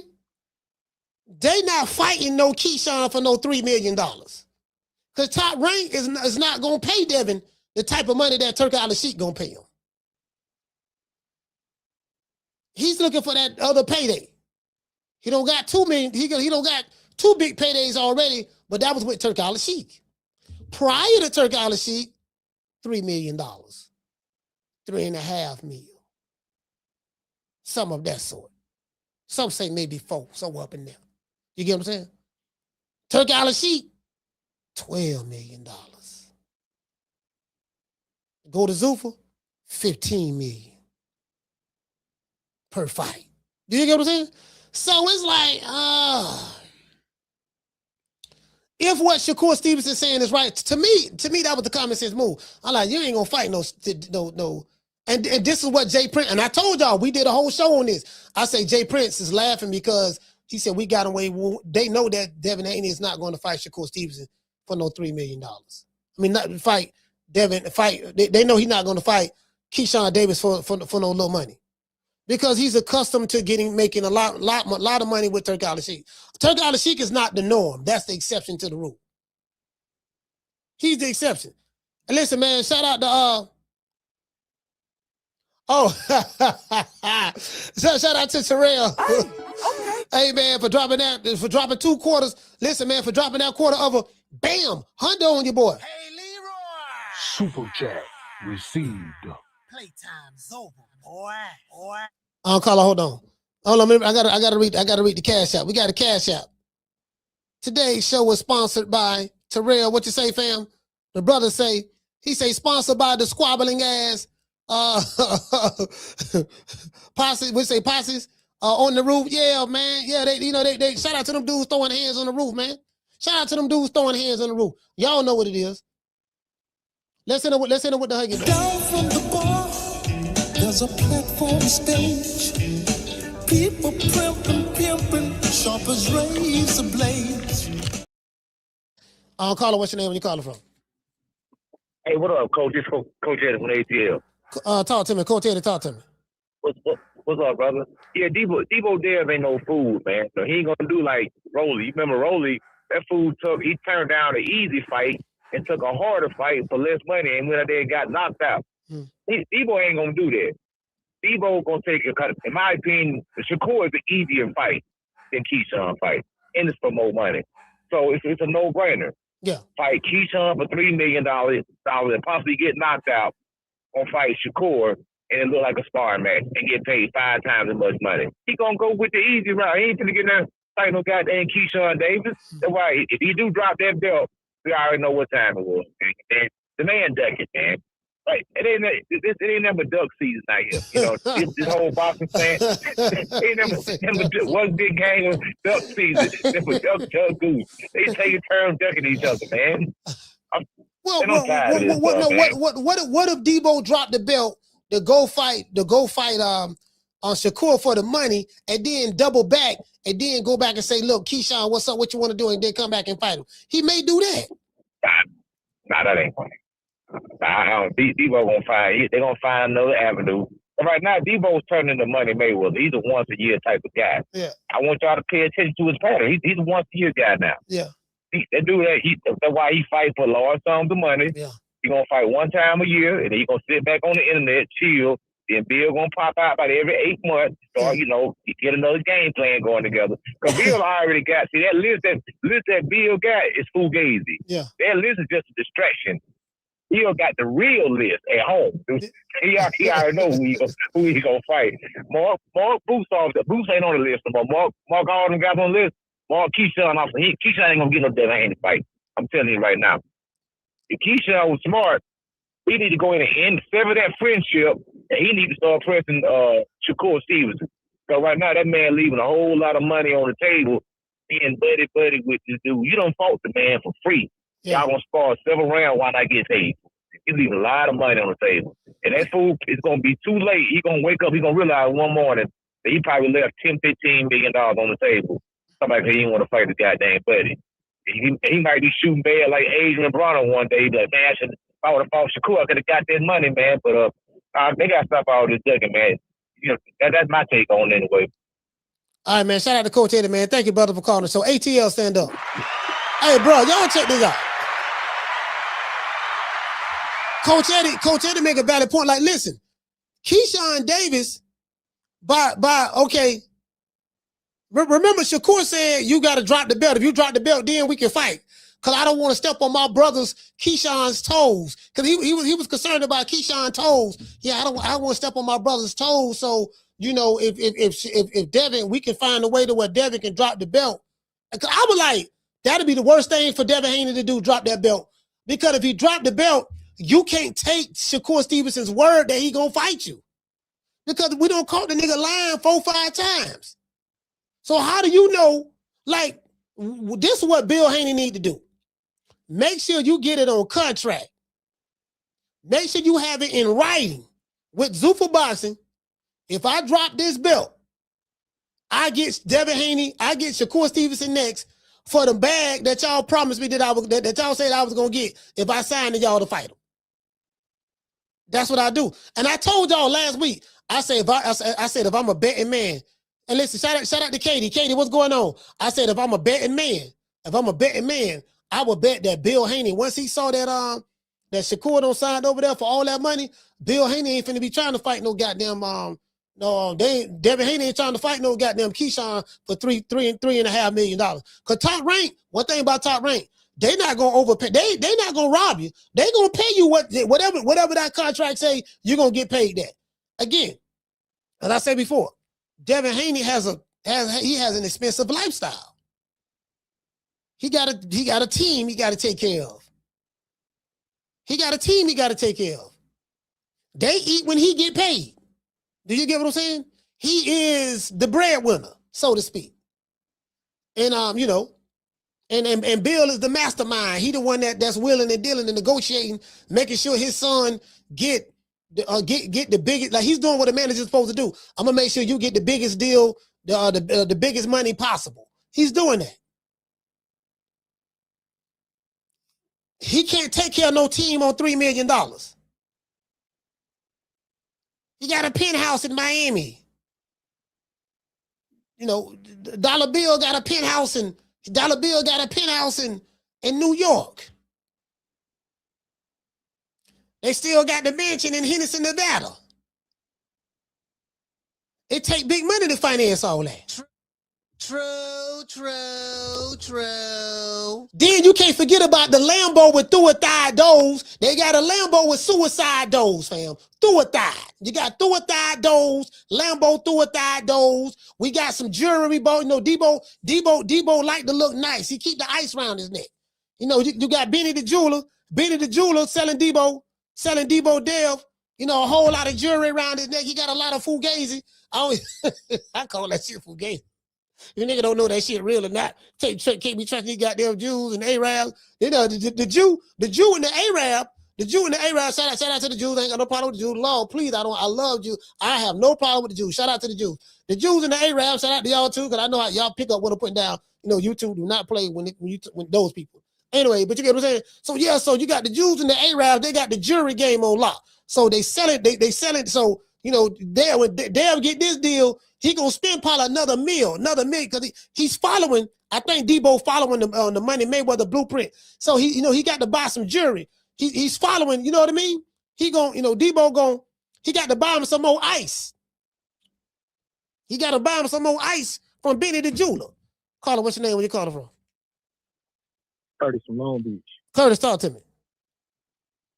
And I don't think Keyshawn I don't think Shakur doing Keyshawn any favors by getting Dev to drop the belt. Yeah. I think he's putting him in a worse situation. I think, Dev dropped that belt, the WBO, they're going to mandate Brian Norman versus Keyshawn. Yep. And Tom Rankin got no problem making that fight because both fighters belong to them, and they ain't going to have to go back and forth about the pay or none of that. So that's the move. He was talking crazy about Brian Norman. He going to be motivated. Yeah. So I think he put him in a worse situation, but I like that situation a lot better because I don't want to see Dev jab the shit out of Keyshawn for 12 rounds. I want to see somebody get cracking, and I know Brian Norman gonna get cracking. So, yeah, man, I don't know about this Shakur. I think Shakur trying to fucking his old boy up. So I hope Dev do drop that belt, and I want to see what Keyshawn's gonna do. If you really want that belt, is you gonna fight Brian Norman for that belt? You know what I mean? He ain't got no choice. He ain't got no choice but to fight him. I mean, because Brian Norman, I remember an interview that Brian Norman did 2 weeks ago. Because he addressed the issue that Keyshawn Davis was talking bad about him, saying he was ass and this and that, and Devin fought. Brian Norman really wasn't that good of a boxer and this and that. So they asked Brian Norman. He said, "Man, are you willing to, do you plan on becoming a champion again or whatever the case may be?" And Brian Norman said that they asked him about Keyshawn. He said, "Well, he said I might end up fighting Keyshawn to become a champion again. That road may have to go through him."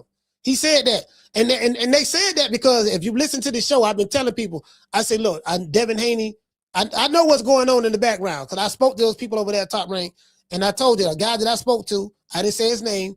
I said he said that we don't give a damn. He said I don't give a fuck what Devin Haney is accustomed to making. He gonna take what we give him, and he gonna be happy with it. We gonna get that belt one way or the other. That's what he said.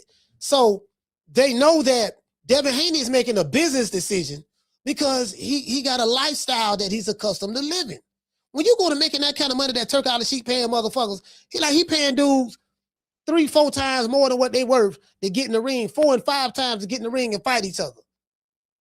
You ain't gonna want to fight for Top Rank or Matchroom or for $3.5 million. Book's fighting for $3.5 million. Devin Haney trying to get $12 and $15 million. Shakur getting $15 million now. So it's like they chasing that money, bro. That's what it is. Yeah, and I don't blame him. You know what I mean? He already did it once with Sandor Martin. So don't do it again. It didn't hurt him. You know what I'm saying? It ain't gonna hurt him now. Yeah. So we all know what's gonna happen, but I think Keyshawn kind of fucked up talking bad about Brian Norman. Yeah. It's how you done motivated the motherfuckers. And you're gonna have some shit to prove on you. He ain't gotta look for you or figure you out. You know what I'm saying? Like you have to do with Dev. Like, and that's what I be telling people. They say that motherfucker pillow fisted, but again, motherfuckers don't jump on you. You know what I'm saying? Yeah. There's something there. You know what I'm saying? Yeah. So there's something in that motherfucker. So Dev is a tough fight, and that's why everybody avoid him. And it sounds good in theory, like they be like, "Oh yeah, send the contract." But when it's time to fight, they don't want to fight. Rody said the same shit.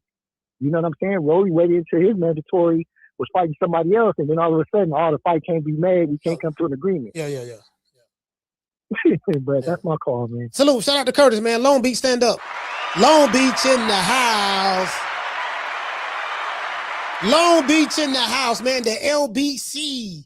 You know what I mean? Yeah, man. So that's what it is, bro. Like, I told go listen. Y'all listen to those shows. I can show y'all. Y'all listen to these shows we've been doing the past few weeks. Every topic I said that was titled Devin Haney or Shakur Stevenson or Keyshawn Davis, I told y'all exactly what was going on. Look, man, I know what type of money that's being offered to them. I saw it with my own eyes. I saw the actual paperwork. So I know what Zuffa is offering Bill Devin Haney, and they want that money.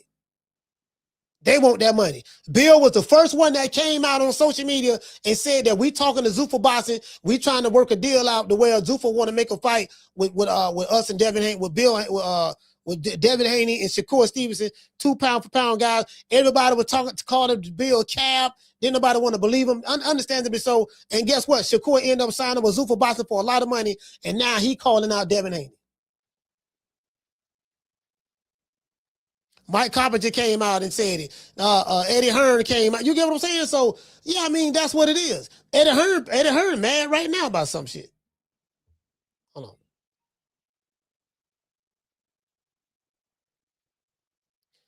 on. Caller, what's your name and you calling from?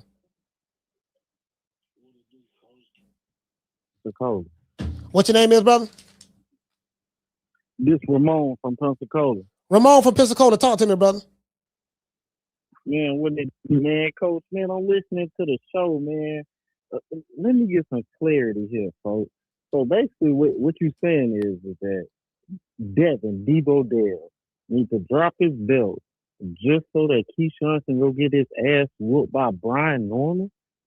Like, hold on. So you mean to tell me that Keyshawn is doing all this talking on the internet saying he want to fight Debo Dale just to go get his block knocked off, Coach? Is that what's going on? I mean, well, they got to fight each other, so I don't know if he's going to get his block knocked off. You know, I mean. Huh? You think it's going to be a close fight? Yeah, Keyshawn Davis is a good fighter. You know, he's a good fighter. I mean, I would say that he might be a better boxer than Brian Norman. I would even say that. Okay. All right, well, I'm a casual coach, so I really wouldn't know. I can only go based off what my eyes tell me, and my eyes tell me that Brian Norman Jr. is better than Nasir Albright in every aspect of boxing. Mm-hmm. And if you couldn't knock out Nasir Albright, brother, this man got 15 jobs, and you can't knock him out?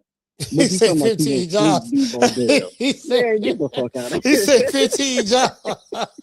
Hey, that motherfucker. Hey, you know what? Nasir Albright is a full-time nurse, part-time boxer, part-time R&B singer. Yeah, man, boxing is not even his full-time job. Yeah. Yeah, and you can't even knock him out. And then Brian Norman Jr., didn't he sign a fighter not too long ago? Yeah, after he took that ass whooping the Debo Dale? Yeah, he signed on Edward De Los Santos, and Edward De Los Santos ended up getting knocked out by El Rayo. He signed Edward De Los Santos. He got his own promotion company. Hey, we ain't talking about that, Coach. We ain't talking about that. You ain't have to say the man got knocked out. Yeah, he got knocked out, man. Got knocked out.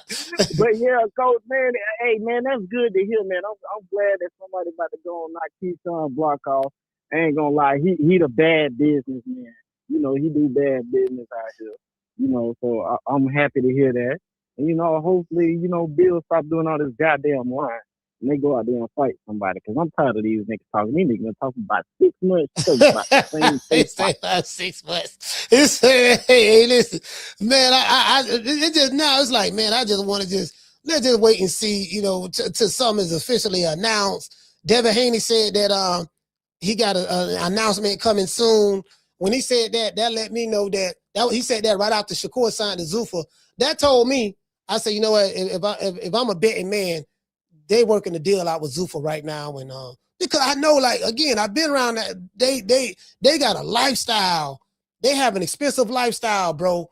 They got this house in Vegas. You know, they got penthouses in New York and in Miami. Hey, bro, like, he got a team, a training camp. bro, like he ain't fought in 8 months. He ain't ever fought since November last year. He due for another. He want that money, bro. He looking for another big payday. Yeah, man. He deserved it. He deserved it. Last thing before I let you go, Coach. Why are these niggas so scared of Devin Haney? Like, bro, like I'm confused. Maybe I'm a casual and I'm listening from the outside view, but this nigga ain't doing nothing but talking crazy, sending y'all contracts, and y'all ain't doing nothing but stuttering every time y'all see Bill and making 100 excuses and 100 lies. All right, well, shout out to Ramon, man. Pensacola, stand up. Salute, brother. Yeah, I mean, me personally, I like that fight. I like that fight with Brian Norman and Keyshawn Davis. Somebody getting knocked out. I don't know. I just think from a stylistic standpoint. And another thing too, right? Styles make fights. So even though Keyshawn wasn't able to knock out Nair Albright, but stylistically, Nair Albright, his style is different from a Brian Norman. Brian Norman has a totally different style. Brian Norman is a puncher. He's a puncher. You get what I'm saying? So I would say that I think me personally, and this just being my honest assessment, I think Keyshawn is a better boxer than Brian Norman. That's just, and I fuck with Brian Norman Jr. heavy. Y'all know that, but I'm just me being honest. I think Keyshawn is a better boxer than Brian Norman. Both of them got punching power. Both of them can knock your ass out. So when that fight happens, it's going to come down to the strategy. It's going to come down to the game plan and who can execute. What the game plan is. Can you take away what the other guy can do best? What is it that Keyshawn? What is it that Keyshawn is good at? How does he set up his shots? He fight with the wide base stance. You know what Baba was saying? He fights with the wide base. He fights with the wide base. The wide leg stands in the 3/4 zone. When you're inside of the 3/4 zone, you have to understand where the punches are coming from. You can throw the punches up, you can throw the punches down, you can go around, you can go to the left or the right. That's in the 3/4 zone. When you fight in the 4/4 zone, it's a little different. You guys got to do your research and know your boxing. True. Mama Ho be making shit up, just sounding like, just trying to make it sound like she the smartest woman in the room. We the Charlo twins. We known for calling everybody out. Please call these people out. Listen, the whole world's looking at you. Call these people out. What's up? It's the Jamal the Hitman Charlo. Let's get it. Who won it? Name them names, man. They know who they is. Name them names, please. The names need to be named. They know who they is. The Mexican monster. Mexican monster. Mello. Hey man, shout out to the Cardenas, man. Cardenas, salute, brother. Hey, you get what I'm saying though? Like, so it's kind of like, bro, I'm telling you, I know what they doing, bro. Like, shit, nigga. Hey, who you gonna fight? Who you gonna fight? Listen, hey, Cardenas, Keisha, who you gonna fight? You gonna fight whole head cheese for $3 million, or you gonna fight Poach Willie for 15? Who you gonna fight? Whole head. Okay, I can fight whole head now. Ain't nobody fighting Keyshawn for no $3 million. Cause I can promise you, top rank, bro. I spoke to them people at top rank, but this is off the record. It's never on record. I spoke to the people at top rank. Them people told me, man. The people told me, man. People told me, they say, hey man, look here, man. I say, look here, man. I said, what fight y'all doing? I said, who Keyshawn? This was the conversation. I said, who Keyshawn Davis fight next? He said, well, hopefully we making that Haney fight. That's the fight we're going to make right now. We seriously are pursuing that Haney fight right now. As soon as it's mandated, we that's the fight we want. We like our chances. That's what was told to me. I say, well, I don't know if Devin is going to take that fight because you heard that he's rumored to probably be going to Zuffa Boxing, and he's accustomed. And I'm not being a representative of the Haneys because I don't get paid a dime. I promise you. I say they are accustomed to making a certain amount of money because of the money they make. Because I know how much they made with Turk Al-Sheikh. You know what I mean? So they are accustomed to making a certain amount of money. The guy I spoke to say, I don't give a fuck what Haney is accustomed to making. he gonna take what we give him, and he gonna be happy. Or we gonna get that belt. True. That's what he said, bro. That's what he said. Listen, that's exactly what he said. I need to talk to you right now about my royalties and how you keep your books. My office hours are from 9 to 5. Fuck your office hours. I need to talk to you right now, motherfucker. Yeah, man, that's what he said, bro. That's what he said. So that let me know. And then when I heard Shakur say, oh, well, if you want to fight me, you got to drop the belt. Drop the belt, then you can fight me. And I'm like, oh, yeah, I don't want to step on my brother's toes. He said, I don't want to step on. I ain't gonna never get over that shit. Yeah, I don't want to step on my brother's toes, man. You know what I mean? Because, man, you know, you need your toes to walk. You do know that, right? Yeah, man, I don't want to do that. I'm like, damn, man. Shakur is taking all of the big fights from Keyshawn. He took the Teofimo Lopez fight. Keyshawn was number 1 to fight Teofimo next. It was going to be mandated. He took that fight from him. And then now he taking the Devin Haney fight. Like, Keyshawn need them named. Like, that would have been a good name on Keyshawn Davis's resume. Teofimo Lopez and Devin Haney. He finna take that one too. It's great call him Shekon. But Keyshawn is being a loyal soldier, a loyal little brother to Shakur Stevenson. Whatever his little brother, whatever his big brother Shakur tell him to do, he do. The man taking your fights. Let's give everybody a round of applause.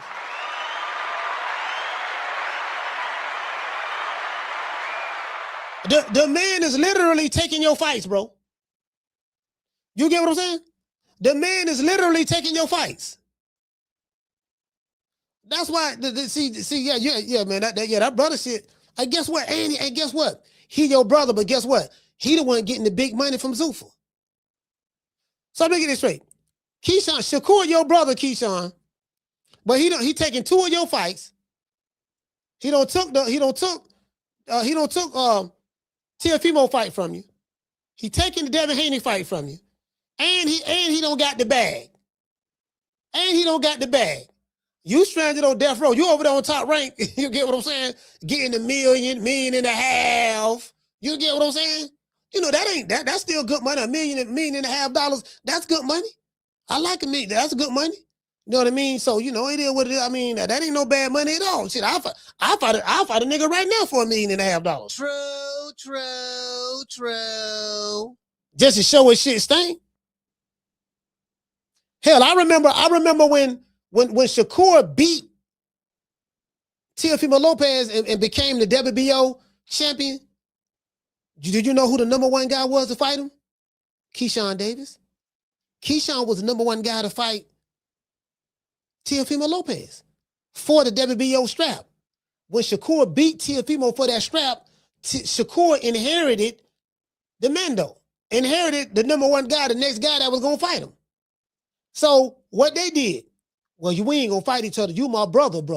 So what we going to do, I'm going to call the WBO, me and Jay Prince, and we going to have you we're going to have you ranked number 1 at 140 shell. Okay? That's so we ain't got to fight each other. All right? And then you're going to get Devin. Now, Devin ain't going to fight you for that little bit of money that Top Rank going to pay him because we got the deal on Zuffa. You know, Zuffa finna pay us big money. You know what I'm saying? Don't worry about it. I know you ain't making no money right now, but you my little brother. So whatever I got, whatever's mine is yours. Okay, Key? Okay, Kiki? All right, Kiki. So don't worry about it. So you know what I mean? That's what's going on. To this day. Yeah, man. Keyshawn got to wake up and smell the coffee.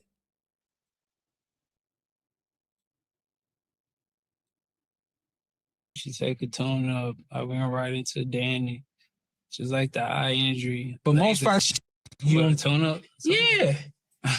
just to show people that you are who you are. But you know, I don't roll like that. Just like the car accident. It was like you should take a tone up. I went right into Danny. Just like the eye injury. But most fighters would say, well, he got 2 fights. Let me at least get 1. That's what most fighters. I know most fighters, man. Yeah. She different over here. Like I want the best competition that's available. You know, I respect him. He definitely got a lot of heart. He got a lot of pride, you know. So I think it's gonna be great. But I'm not one of those guys who just, you know, I take a tune up, yeah. Or I need another tune up, you know. Like I'm not that's wasting time for me. I feel like it's wasting time. I'm fighting somebody I know I'm gonna beat. Like Yeah. Yeah, man, I don't know, man.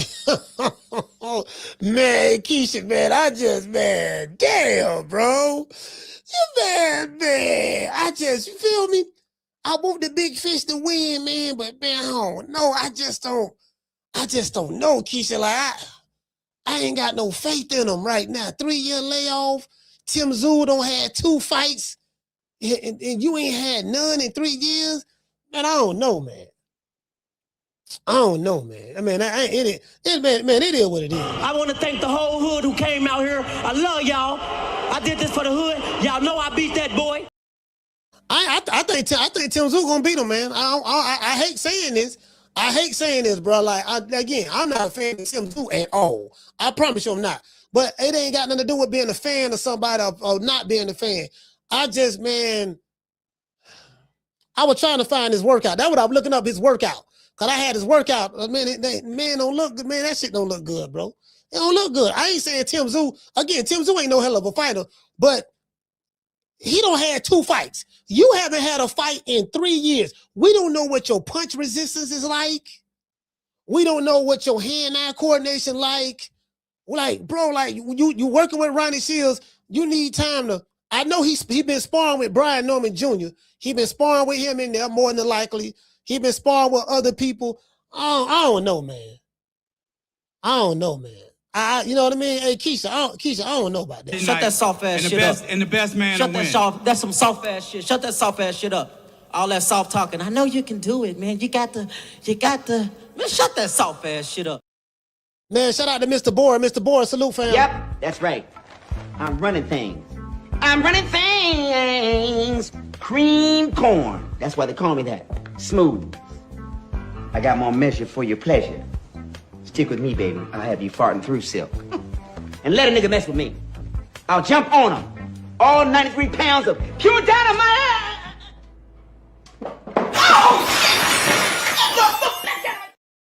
I mean, I'm rooting for him. I'm rooting for Spence. Don't get me wrong. I'm rooting for him, but man ain't fought, bro. The man ain't fought in 3 years, bro. I don't know what is he how is he gonna respond if he get cracked one good time? Tim Tszyu ain't the best fighter in the world, but that motherfucker can punch. Now Tim Tszyu don't been broken. He's a broken fighter. He don't got his jaw broke, this and that. Fandora don't put hands and foots on him. Bachram don't put hands and foots on him. But I don't know what version of Spence we gonna see. You get what I'm saying? So I mean, it is what it is, fam. Now I am the #1 contender. I'm tired of James the Poodle, Grim Reaper, whatever you want to call himself, ducking me. All right, I'm tired of man driving around town in 8 Rolls Royces. He ain't fought nobody. I'm still in a bro hand. Hey, you dig? Who you think he is? DJ Quick? No, huh? No, I ain't said Kid that. Capri? I didn't say that. Oh, you must be Jimmy Walker. Well, you ain't nothing. You don't deserve nothing. You don't get nothing. You get what I give you. I got a contract between me and you that say you do what I tell you to do. Therefore, shut the fuck. Don't say nothing. Don't speak to me. Don't look at me. I just want money. I just said. Blue, if I raise up, gonna be trouble. Trouble. I'm walking off. Hold on, what did say Keisha? Keisha say, she say, Coach, did you hear something about Ryan Garcia trying to sue Devin? Trying to sue him for what? What he trying to sue him for? What he trying to sue him for? You know what I mean? You scandalizing my name, dismerchifying my character. Like what you trying to sue him for? Like, I'm just, you know what I'm saying? You feel me? I don't know, man. Like, you know what I mean? Damn, girl don't got stuck. She don't got stuck in there? Oh man, they say big girl don't got stuck at the. Damn, that's fucked up, bro. Damn, I'm looking at this chick. I'm looking at this chick. She kind of on the thick side. She was sliding down. She was at the water park. She's sliding down the little tube, the little water tube. You slide down and they take you into the water. She got stuck in it. She got stuck. And when she was on the way getting out, she got stuck. So the ambulance had to come. They're using the jaws of death. They had to get like, not the jaws of death, but they got like the saw blade. They got the cutter open. They got the cut. I like, God damn. That shit right there, man. Bro, it is what it is, man. I'm gonna give everybody a shout out, man, after these messages. Y'all drop your city.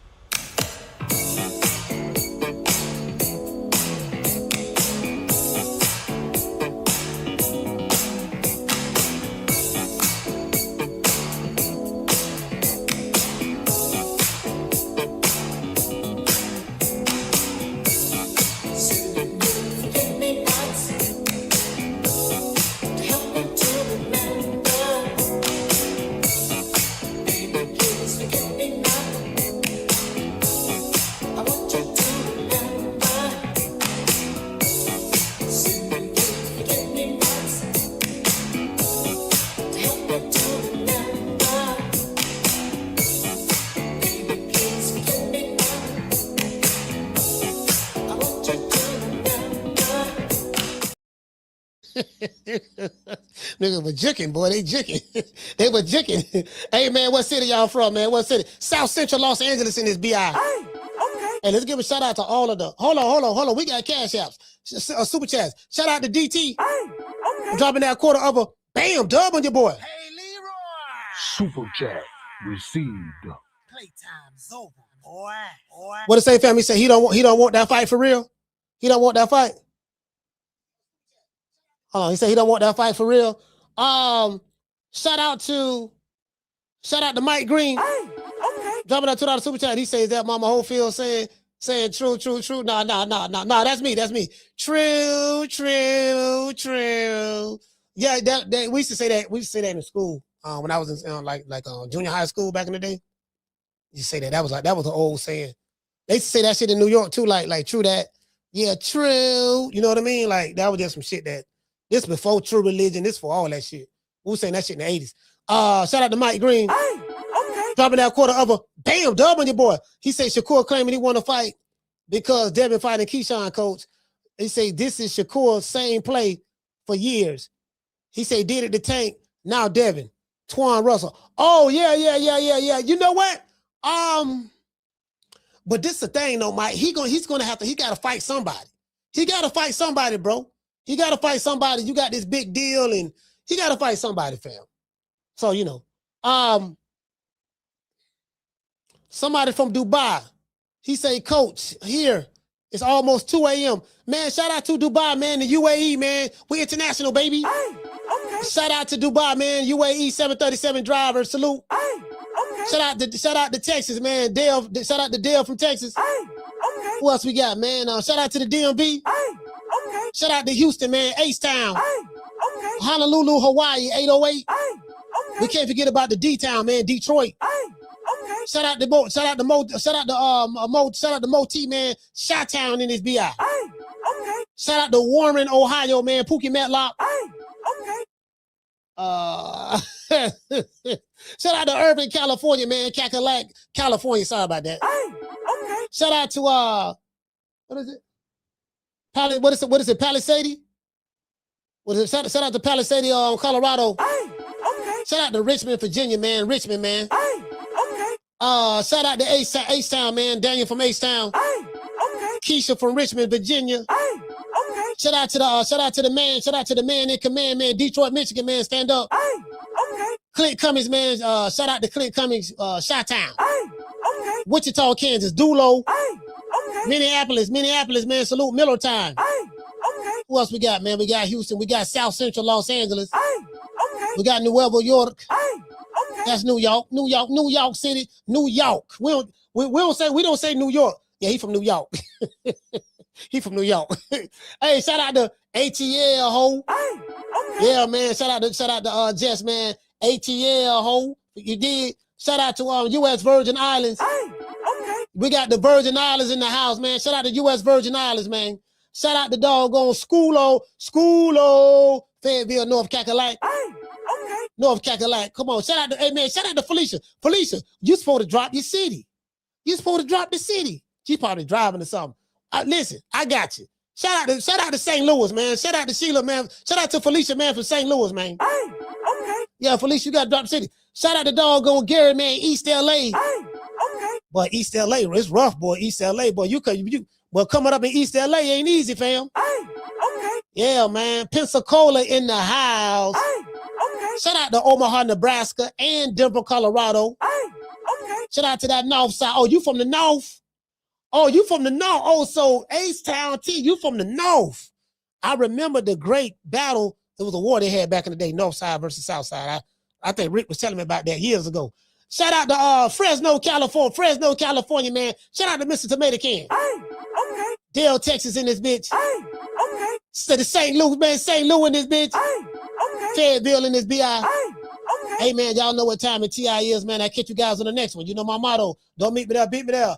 Peace. Hey, man, we're going to see what's up, man. Me personally, I think Devin is going to Zuffa. I don't have any inside information, but just for me, the money that's there, I'm pretty sure that's the move he's going to make, bro. He's not going to fight Keyshawn. I'd be surprised if he fight Keyshawn now. I'd really be surprised, to be honest with you. It is what it is at this point, man. Much love, man. Peace. Man, I'm out of here, bro. Let's go. Man, I'm out of here, bro. Let's go.